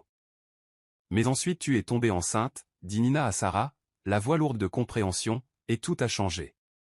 Sarah hocha la tête, les larmes coulant librement maintenant. Morrison a vu une opportunité de créer un scandale encore plus grand, un qui détruirait à la fois la réputation de Christophe et son empire commercial. Il a dit que la grossesse était parfaite. Elle lui donnait une arme qu'il pouvait utiliser contre vous tous. Nina regarda Debbie, les dernières pièces du puzzle s'emboîtant avec une clarté écœurante. Donc le plan était que tu prétendes être enceinte de l'enfant de Christophe? Le plan était que j'approche Christophe en privé et exige de l'argent pour garder le silence sur la liaison, expliqua Debbie, la voix se brisant sous le poids de ses aveux. Morrison pensait qu'il paierait discrètement pour éviter le scandale. Il a dit que les milliardaires de la tech payaient toujours pour faire disparaître les problèmes, mais quand Christophe n'a pas répondu à l'approche initiale. Tu as paniqué et décidé de rendre ça public au mariage. J'étais censé attendre après la lune de miel, dit Debbie, pleurant à chaudes larmes maintenant. Morrison voulait que je donne du temps à Christophe pour réfléchir à la demande de chantage, pour laisser la pression monter. Mais le matin de ton mariage, Sarah m'a appelé en pleurant sur sa culpabilité, et j'ai juste. Je ne pouvais pas supporter l'idée de te voir l'épouser en gardant un si gros secret. Nina se leva et commença à arpenter le petit bureau, son esprit passant en revue les implications tandis que son cœur se brisait pour toutes les personnes impliquées. Donc tu as détruit mon mariage pour soulager ta conscience. J'ai détruit ton mariage parce que je pensais te protéger. Cria Debbie, la voix craquant de douleur et de désespoir. Je pensais que Christophe allait payer l'argent du chantage, ce qui signifierait qu'il était coupable de quelque chose, et je ne pouvais pas te laisser épouser quelqu'un qui te cachait des choses. Mais il ne cachait rien. Je le sais maintenant, dit Debbie doucement, la voix à peine audible. Mais c'était trop tard, le mal était fait, et Morrison était furieux. Il a dit que j'avais tout gâché, que je lui avais forcé la main. Le téléphone de Nina sonna, et le nom de Christophe apparut sur l'écran. Elle répondit immédiatement, le cœur battant d'un mélange de soulagement et de peur. Nina, Dieu merci. Sa voix était urgente et pleine d'inquiétude. Où es-tu? Je suis au studio de Debbie avec elle et Sarah. Christophe, il y a tant de. Tu dois sortir de là. Maintenant. Victoria Ashworth vient de m'appeler avec des informations sur David Morrison.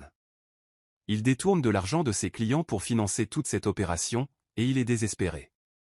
Le FBI est impliqué maintenant, et s'il pense que tu vas l'exposer. Les lumières du studio s'éteignirent soudainement, les plongeant dans l'obscurité. Nina entendit Sarah halter et la chaise de Debbie racler le sol. Nina? La voix de Christophe traversa le téléphone. Nina, qu'est-ce qui se passe? De quelque part dans l'obscurité du studio, elles entendirent le bruit de pas lents, délibérés, déterminés et une voix que Nina reconnut avec une terreur grandissante. Bonsoir, mesdames. Je pense qu'il est temps que nous ayons une vraie conversation. Chapitre 7, de plus profonde tromperie. Dans le noir, tout le monde devient un étranger, même les personnes que vous connaissez depuis toujours. L'éclairage de secours projetait des ombres étranges à travers le studio de photographie de Debbie alors que David Morrison apparaissait dans l'encadrement de la porte du bureau, sa silhouette à contre-jour comme un méchant de film noir. Nina pouvait voir qu'il tenait quelque chose dans sa main droite, bien qu'elle ne puisse distinguer ce que c'était dans la pénombre. « Monsieur Morrison, dit-elle, essayant de garder une voix stable. C'est inattendu. Vraiment ? Morrison entra dans la pièce, et Nina put voir qu'il tenait un petit enregistreur numérique. J'écoute votre conversation depuis 10 minutes. Très instructif. Debbie se leva de derrière son bureau, les mains tremblantes. David, tu as dit que tu voulais juste des informations. Tu n'as jamais parlé de menacer des gens. Les plans changent, Debbie, répondit Morrison, la voix calme et contrôlée, surtout quand les gens commencent à impliquer les maires de procureurs fédéraux dans des enquêtes privées. Nina réalisa qu'il parlait de Victoria Ashworth. Comment savez-vous pour Victoria? Parce que je me fais un devoir de tout savoir sur les personnes qui pourraient interférer avec mon travail, dit Morrison. Tout comme je sais que votre petit ami est probablement en route vers ici en ce moment même, avec qui que ce soit d'autre que vous ayez réussi à impliquer dans ce gâchis. Le téléphone de Nina était toujours connecté à Christophe, et elle espérait qu'il écoutait. Que voulez-vous, Morrison? Ce que j'ai toujours voulu. Protéger mes intérêts et éliminer les menaces pour mon entreprise. Morrison s'approcha, et Nina pouvait voir son visage clairement maintenant. Il était plus jeune qu'elle ne l'avait prévu, probablement au début de la quarantaine, avec le genre de traits acérés et de costumes coûteux qui hurlait avocat de Manhattan, mais ses yeux contenaient quelque chose de froid et de calculateur qui lui donnait la chair de poule. Votre cabinet vole mes clients depuis 3 ans, continua-t-il, prenant des affaires qui auraient dû être les miennes, cassant mes prix, utilisant votre réputation pour me faire paraître de second ordre. Ça s'appelle la concurrence, dit Nina. C'est légal. Légal, oui, mais pas très rentable pour moi. Le sourire de Morrison était sans humour. Alors j'ai décidé d'égaliser les chances. Si je ne pouvais pas vous battre au tribunal, je devais trouver un autre moyen de gagner. Sarah, silencieuse depuis l'arrivée de Morrison, prit enfin la parole. Vous m'avez dit qu'il s'agissait juste de recueillir des informations. Vous n'avez jamais dit que vous prévoyiez de détruire la vie des gens. Je vous ai dit ce que vous aviez besoin d'entendre pour obtenir votre coopération, répondit Morrison sans la regarder, tout comme j'ai dit à Debbie ce qu'elle avait besoin d'entendre, et à James ce qu'il avait besoin d'entendre. James est au courant, demanda Nina. James me fournit des informations sur les affaires de Christophe depuis des mois, dit Morrison. Pas volontairement, bien sûr, mais quand un homme a une liaison avec la future belle-sœur de son partenaire commercial, il devient très motivé pour coopérer quand quelqu'un menace d'exposer cette liaison à sa femme et à son partenaire. Nina se sentit malade. Vous avez fait chanter James. Je préfère voir cela comme un partage d'informations mutuellement bénéfiques, dit Morrison. James gardait ses secrets, et j'obtenais un préavis sur les sociétés pharmaceutiques que Christophe prévoyait d'acquérir afin de pouvoir réaliser des opérations boursières très rentables. C'est un délit d'initié. C'est un crime fédéral. Seulement si quelqu'un peut le prouver, et les seules personnes au courant étaient James, qui ne parlera pas car cela exposerait sa liaison, et Christophe, qui ne sait même pas que James partageait des informations. Debbie s'affaissa dans son fauteuil. Tu nous as tous utilisés. Je vous ai donné à tous ce que vous vouliez, corrigea Morrison. Sarah voulait de l'argent pour soutenir sa grossesse sans avoir à parler de la liaison à sa famille. Je lui ai payé $20 000 pour les informations fournies. Debbie voulait ses dettes payées et son entreprise sauvée. J'ai géré ça aussi. James voulait que sa liaison reste secrète. Fait. Et qu'est-ce que vous vouliez en retour, demanda Nina. Initialement, juste des informations privilégiées sur vos dossiers et les affaires de Christophe, mais ensuite la portée de l'opération a évolué. Morrison se dirigea vers la fenêtre et regarda à travers les stores la rue en contrebas. Quand j'ai réalisé à quel point vous et Christophe étiez proches du mariage, j'ai vu une opportunité pour quelque chose de plus grand. Un scandale de mariage de milliardaires de la tech ferait la une des journaux pendant des semaines, le cours de son action s'effondrerait, ses accords commerciaux tomberaient à l'eau, et sa réputation serait détruite. Mais pourquoi? Qu'est-ce que tout cela vous apportait? Morrison se retourna pour lui faire face. Parce que l'acquisition pharmaceutique de Christophe allait mettre mon plus gros client en faillite. Metesh Solutions développait des traitements qui allaient directement concurrencer les médicaments produits par Morrison Pharmaceuticals, une entreprise qui paie des millions en frais juridiques à mon cabinet depuis 10 ans. La dernière pièce du puzzle s'emboîta dans l'esprit de Nina. Donc vous avez orchestré le scandale du mariage pour couler la réputation de Christophe et saboter l'acquisition? Exactement. Avec la crédibilité de Christophe détruite et le cours de l'action de son entreprise en chute libre, Metech se retirerait de l'accord, Morrison Pharmaceuticals maintiendrait sa domination du marché, et mon cabinet continuerait de recevoir ses très généreux honoraires. Mais le plan a échoué, dit Nina. Christophe n'a pas essayé de payer Debbie discrètement. Il a tout nié publiquement et exigé des preuves. C'est pourquoi nous avons cette conversation, répondit Morrison. Le plan original n'est plus viable. J'ai besoin d'une nouvelle approche. Quel genre de nouvelle approche? Morrison sortit son téléphone et montra l'écran à Nina. C'était une photo de Christophe entrant dans l'immeuble en bas, accompagné de ce qui semblait être plusieurs officiers de police. Le genre où tout le monde dans cette pièce disparaît définitivement, et les preuves de mon implication disparaissent avec eux. Sarah halta et pressa ses mains sur son ventre enceinte. Vous n'êtes pas sérieux. Je suis très sérieux, dit Morrison. J'ai investi trop de temps et d'argent dans cette opération pour laisser tout s'effondrer maintenant. Je ne peux certainement pas laisser Nina sortir d'ici avec suffisamment d'informations pour briser ma carrière et m'envoyer en prison fédérale. L'esprit de Nina tournait à toute allure, cherchant désespérément une issue. Le bureau n'avait qu'une seule porte, et Morrison en bloquait l'accès. La fenêtre était trop haute, et même s'il parvenait à sortir par là, Sarah, à un stade avancé de sa grossesse, ne pourrait pas se déplacer assez vite. David, implora Debbie d'une voix suppliante, tu n'es pas obligé de faire ça. On peut trouver un arrangement. On peut. On peut quoi, Debbie? Faire comme si rien de tout cela n'était arrivé. Reprendre nos vies normales et espérer que personne ne pose de questions gênantes. Morrison secoua la tête. C'est trop tard pour reculer. Ce navire a levé l'ancre au moment où Nina a décidé de jouer au détective. Soudain, Nina entendit des bruits de pas dans le studio, de l'autre côté de la cloison. Nina. Tu es là? Appela la voix de Christophe. Le visage de Morrison se durcit. Pile à l'heure. Il se dirigea vers la porte du bureau et cria. Elle est ici, Christophe. Mais avant que tu n'approches davantage, sache que j'ai une arme, et je n'hésiterai pas à m'en servir si tu essaies de jouer les héros. Le sang de Nina se glaça.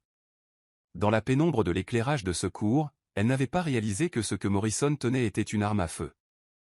Laisse-les partir, Morrison, lança la voix de Christophe depuis le studio. C'est entre toi et moi.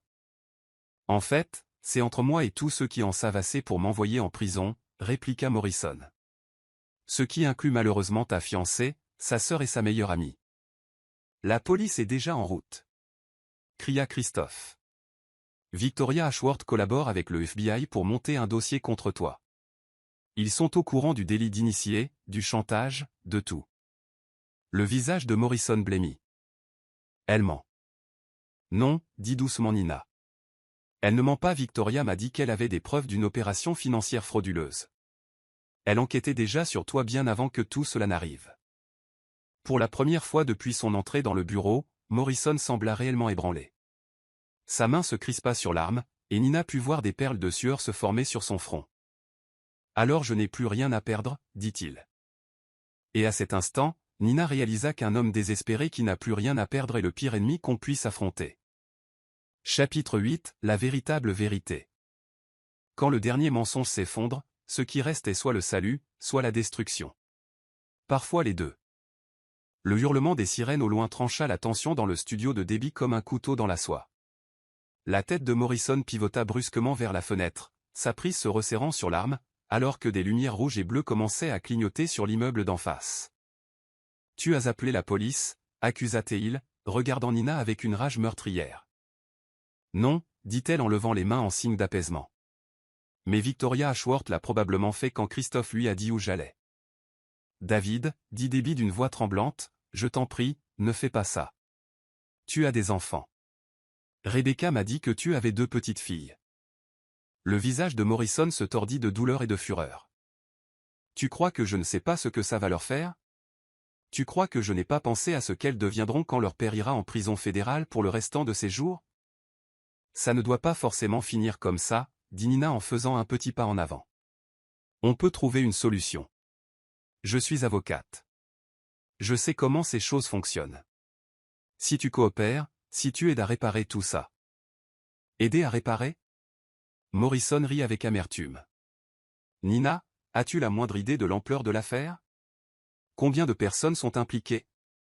Combien d'argent est en jeu? Dis-le-moi.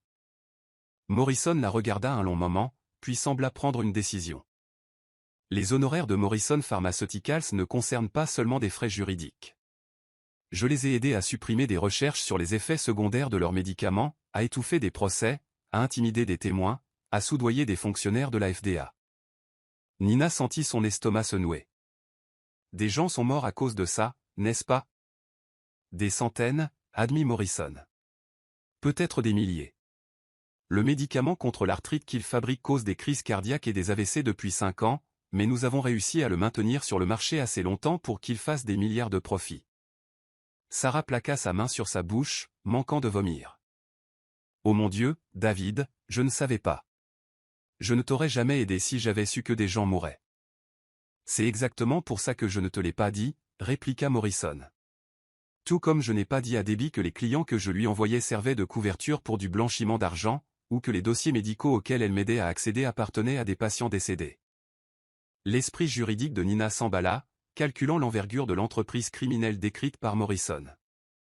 Ce n'est pas seulement du délit d'initié ou du chantage. C'est une conspiration, des meurtres, de la corruption fédérale.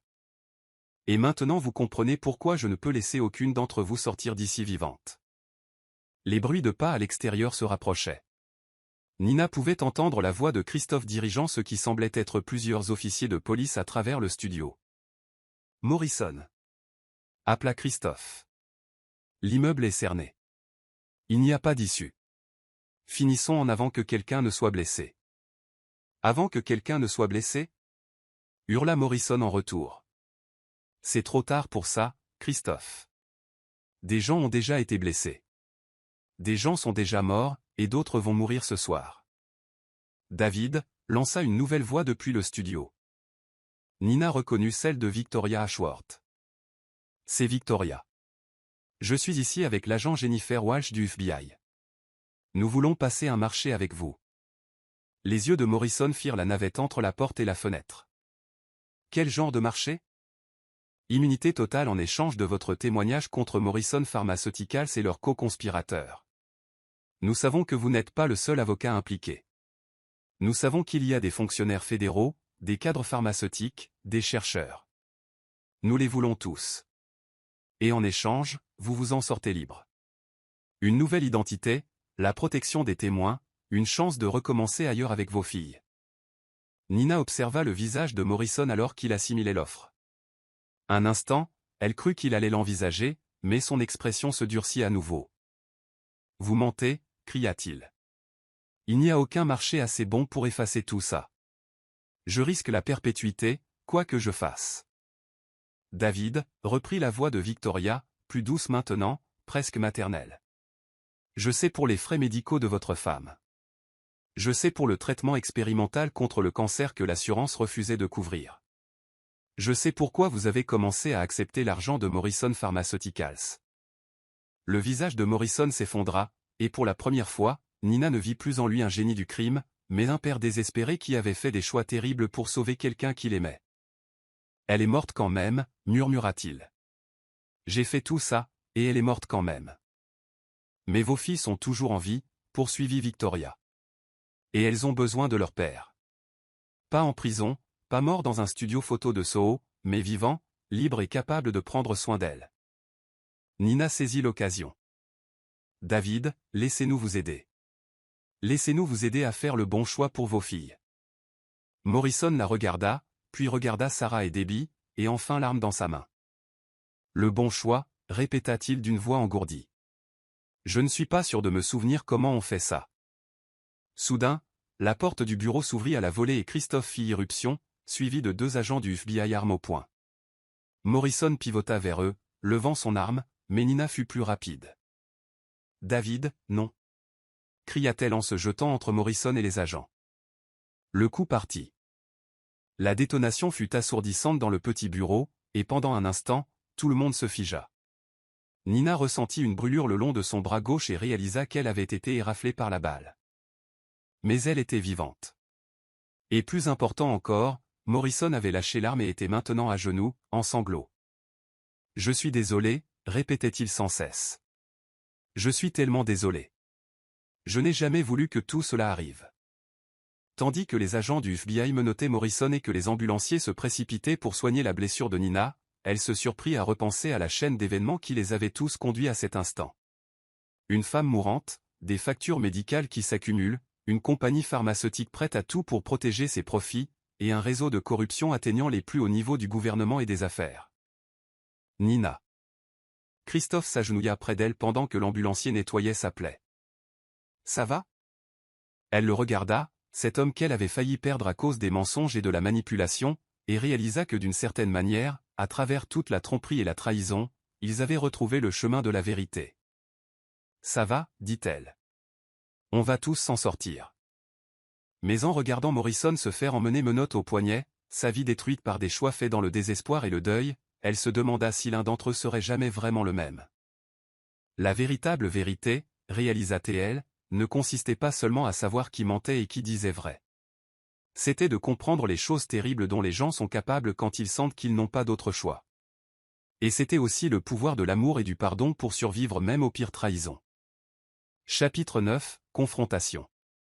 Lors de son mariage, sa demoiselle d'honneur s'était levée pour annoncer qu'elle était enceinte de l'enfant du marié.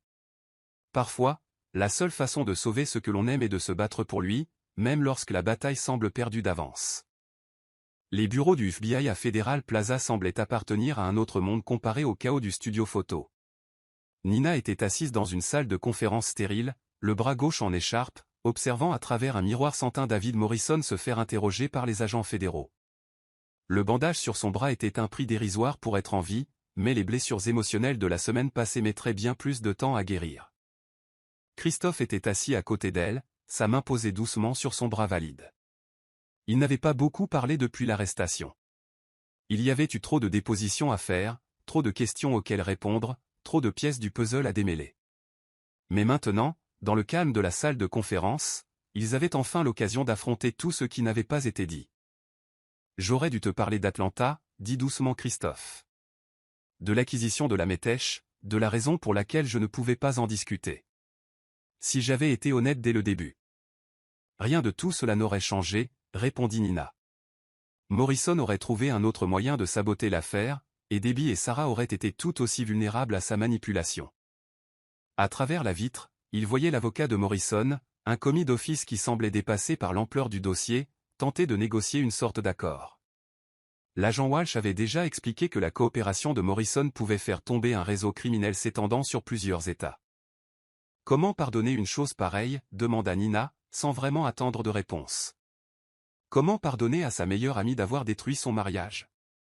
Comment pardonner à sa sœur d'avoir trahi sa confiance? Comment se pardonner à soi-même de n'avoir rien vu alors que tout se passait sous nos yeux? Je ne pense pas que pardonner signifie oublier, dit Christophe.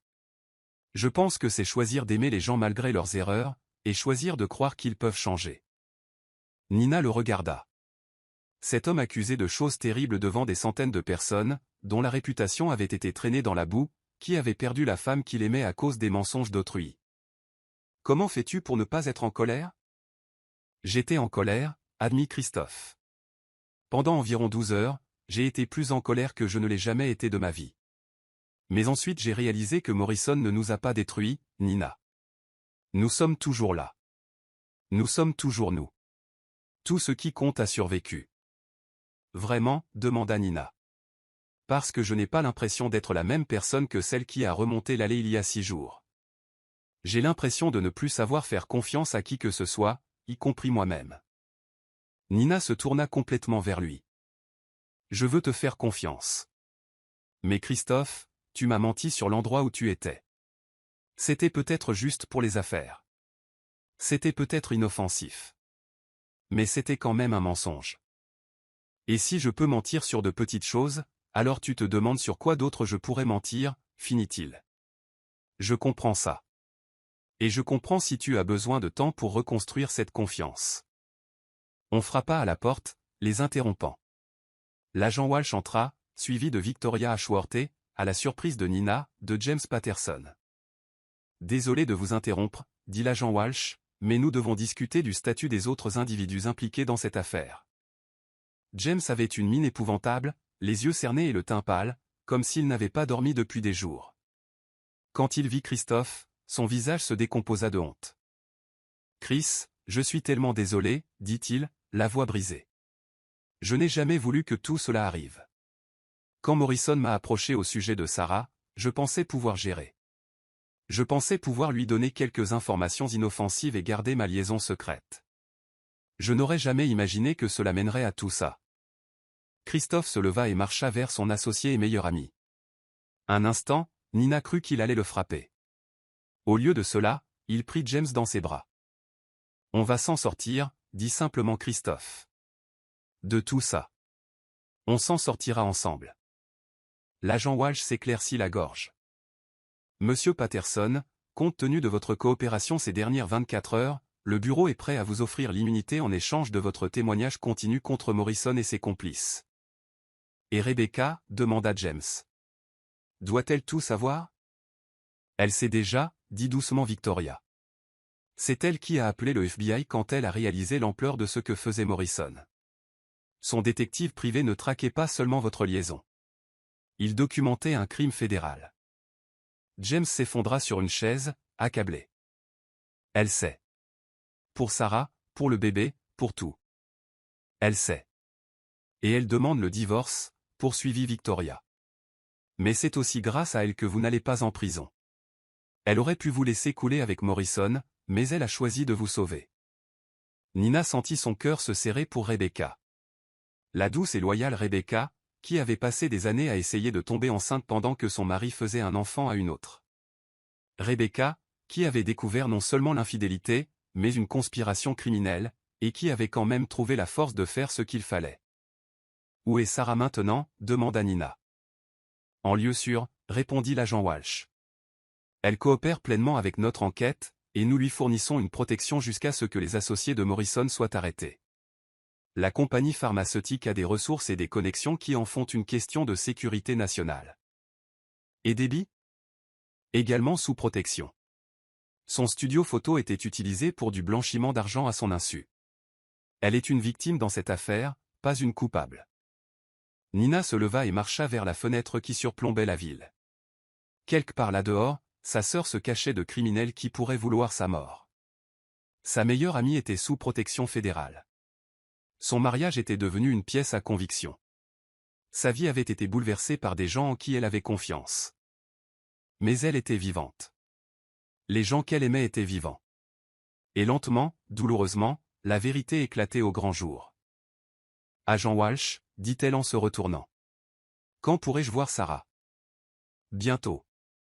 Nous traitons encore certaines preuves du bureau de Morrison, mais dans les prochains jours, nous devrions pouvoir organiser des visites supervisées. » Et Debbie ? Même délai. Mademoiselle White a exprimé le désir de vous parler, d'expliquer ses actions plus en détail. Si vous êtes prête à l'écouter. Nina regarda Christophe, qui hocha la tête pour l'encourager. Oui, dit-elle. Je veux entendre ce qu'elle a à dire. Je veux comprendre comment nous en sommes arrivés là. Il y a encore une chose, dit Victoria en sortant un dossier. L'acquisition de la métèche. Avec la conspiration de Morrison exposée, il n'y a plus de menace sur l'accord. Les traitements pharmaceutiques que Morrison Pharmaceuticals essayait de supprimer. Ils pourraient sauver des milliers de vies. Christophe prit le dossier et le feuilleta. Les médicaments contre le cancer, les traitements contre l'arthrite, tout cela aurait pu être disponible il y a des années si Morrison n'avait pas enterré les recherches. C'est pourquoi il est plus important que jamais que cette acquisition se fasse, dit Victoria. Pas seulement pour votre entreprise, mais pour tous les patients qui ont besoin de ces traitements. Nina observa le visage de Christophe alors qu'il assimilait l'information. C'était pour cela qu'elle était tombée amoureuse de lui. Pas seulement pour son succès ou sa richesse, mais pour son désir fondamental de rendre le monde meilleur. La conspiration pharmaceutique avait tenté de le détruire, mais au lieu de cela, elle lui avait donné l'opportunité de sauver des vies à une échelle qu'il n'avait jamais imaginée. « Et nous ?» demanda-t-elle doucement. Christophe leva les yeux du dossier. « Et nous ? Est-ce qu'on réessaie? Est-ce qu'on planifie un autre mariage? Est-ce qu'on fait semblant que la semaine dernière n'a jamais existé? On ne fait semblant de rien, dit Christophe en posant le dossier et en lui prenant les mains. On reconnaît que des choses terribles se sont passées. On reconnaît que des gens en qui on avait confiance nous ont trahis. On reconnaît qu'on a tous les deux fait des erreurs et qu'on a tous les deux du travail pour reconstruire ce qui a été endommagé. Et ensuite? Et ensuite, on décide si ce que nous avons vaut la peine de se battre. Nina regarda autour de la salle de conférence, les agents fédéraux, les avocats, les preuves de conspiration et de corruption, les vestiges de la pire semaine de sa vie. Puis elle regarda Christophe, et elle vit non seulement l'homme qu'elle avait failli épouser, mais l'homme qui était resté à ses côtés à travers tout ce chaos, qui avait pardonné la trahison de son meilleur ami, qui avait été prêt à risquer sa vie pour sauver la sienne. Ça en vaut la peine, dit-elle. Même avec tout ce qui s'est passé? Surtout avec tout ce qui s'est passé, répondit Nina. Parce que si on peut survivre à ça, on peut survivre à tout. Alors qu'il s'étreignait dans cette salle de conférence stérile, entouré des débris des crimes et des erreurs des autres, Nina réalisa que parfois, les fondations les plus solides ne se construisent pas dans des circonstances parfaites, mais sur les ruines de la destruction. Ils n'étaient plus les mêmes personnes qui s'étaient tenues devant l'autel une semaine plus tôt. Ils avaient été éprouvés par le feu et en étaient sortis changés, marqués, mais d'une certaine manière plus forts. Et ils étaient prêts à recommencer. Chapitre X, Réunion. Certaines fins sont en réalité des commencements déguisés. 6 mois plus tard, la Rainbow Room semblait identique à ce jour désastreux d'octobre où Debbie White avait brisé les attentes de 300 invités avec 2 phrases qui avaient tout changé. Les mêmes lustres en cristal projetaient une lumière dansante sur les parquets cirés, les mêmes baies vitrées offraient une vue imprenable sur Manhattan, et le même sentiment d'élégance et de possible emplissait l'air. Mais le petit groupe qui s'assemblait là en ce mardi soir tranquille d'avril n'avait rien à voir avec la somptueuse célébration de mariage qui s'était terminée en scandale et en chagrin. Seules 12 personnes étaient assises à la table intime surplombant Central Park, réunies non pas pour un début, mais pour une autre forme de clôture. Nina Lily, elle avait gardé son nom de jeune fille pour l'instant et lissa sa robe bleu marine simple en regardant Christophe ajuster nerveusement sa cravate. Il avait insisté pour porter les mêmes boutons de manchette en platine que le jour de leur mariage initial, un geste qui l'avait fait pleurer quand elle les avait remarqués plus tôt. « Tu es sûr de vouloir faire ça ?» demanda-t-il pour la 3e fois en 1 heure. « Je suis sûr », répondit Nina, bien que son estomac fût noué. « Nous avons besoin de faire ça, tous ensemble. » À travers la pièce, Sarah Lily berçait son fils de 3 mois, Michael, contre son épaule. Le bébé avait les cheveux noirs de James Patterson et les traits délicats de Sarah, et malgré les circonstances de sa conception, il était indéniablement magnifique. Sarah avait choisi d'être mère célibataire, refusant l'offre de soutien financier et de garde partagée de James pour élever Michael selon ses propres termes. James était assis avec sa nouvelle thérapeute, le docteur Angela Rodriguez, qu'il voyait 2 fois par semaine depuis que son divorce avec Rebecca avait été prononcé. Il avait l'air en meilleure santé qu'il y a quelques mois, bien que le poids de ses erreurs se lût encore dans ses yeux. Il avait démissionné de l'entreprise qu'il avait bâtie avec Christophe, choisissant plutôt un poste dans une organisation à but non lucratif axée sur la transparence pharmaceutique. Rebecca Patterson, elle avait repris son nom de jeune fille, Morrison, bien qu'elle l'ait légalement changé en Morrison pour se distinguer de son frère criminel et était assise avec Victoria Ashworth. Les 2 femmes étaient devenues des amies improbables grâce à leur expérience commune de la découverte de la conspiration de David Morrison. Rebecca avait utilisé son règlement de divorce pour lancer une fondation soutenant les familles touchées par la fraude pharmaceutique. Et là, sur la chaise la plus proche de la fenêtre, était assise Debbie White. Debbie semblait différente d'il y a 6 mois. Les vêtements de créateur et le maquillage parfait avaient été remplacés par un simple jean et un pull. Ses cheveux platines avaient repoussé pour révéler leur brun naturel, et son visage portait des rides qui témoignaient de nuits sans sommeil et de prises de conscience difficiles. Mais ses yeux, qui avaient été sauvages et désespérés cette nuit-là dans son studio, contenaient maintenant quelque chose que Nina reconnut comme de la paix. « Je pense, » dit Debbie en regardant autour de la table les visages des gens dont elle avait aidé à détruire la vie, que je devrais commencer par dire ce que j'aurais dû dire il y a des mois. Je suis désolé. Je suis désolé pour les mensonges, pour la trahison, pour la douleur que je vous ai causée à tous. Je suis désolé d'avoir été trop lâche pour dire la vérité quand il le fallait. Debbie, commença Nina. Mais Debbie leva la main. S'il te plaît, laisse-moi finir.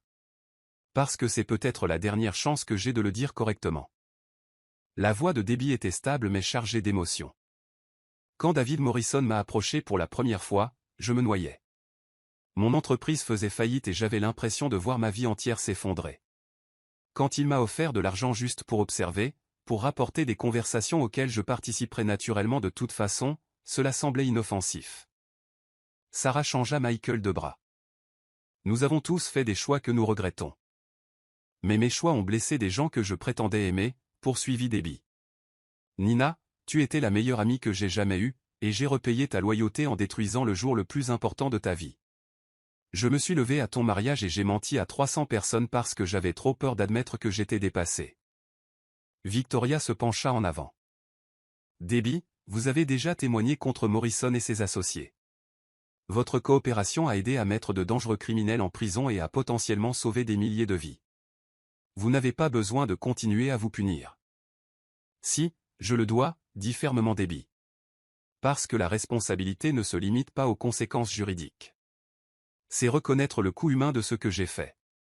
C'est faire face aux gens que j'ai blessés et accepter que certaines choses ne peuvent pas être réparées avec des excuses. Nina tendit la main à travers la table et prit celle de Debbie. Certaines choses ne peuvent pas être réparées, dit-elle doucement. Mais cela ne signifie pas qu'elles ne peuvent pas être pardonnées. Comment, demanda Debbie, les larmes coulant librement maintenant. Comment pardonner à quelqu'un qui t'a trahi si complètement? Parce que l'alternative est de porter cette colère pour toujours, répondit Nina. Et je refuse de laisser la conspiration de Morrison empoisonner le reste de ma vie.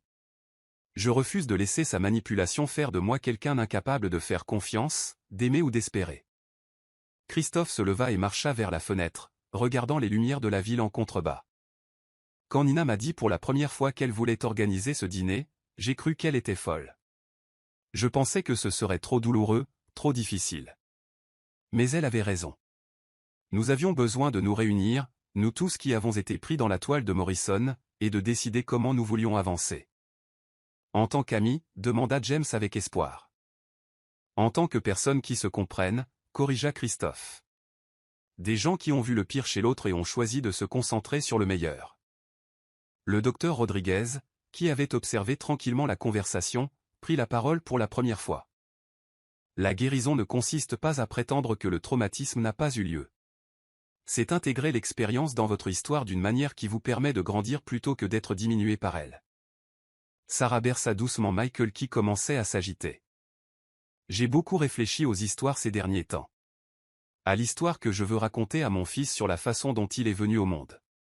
Je ne veux pas que ce soit une histoire de honte et de secret. Je veux que ce soit une histoire sur la façon dont les gens peuvent faire des erreurs et choisir quand même de faire mieux. Que lui diras-tu sur son père? Demanda doucement Rebecca. Sarah regarda James avec quelque chose qui ressemblait peut-être à du pardon. Je lui dirai que son père est un homme bon qui a fait de mauvais choix, mais qui a assumé ses choix et essayé de faire amende honorable. Et je lui dirai que son père l'aime, même s'ils ne peuvent pas être ensemble. James essuya ses yeux et hocha la tête avec gratitude. Nina se leva et leva son verre d'eau pétillante.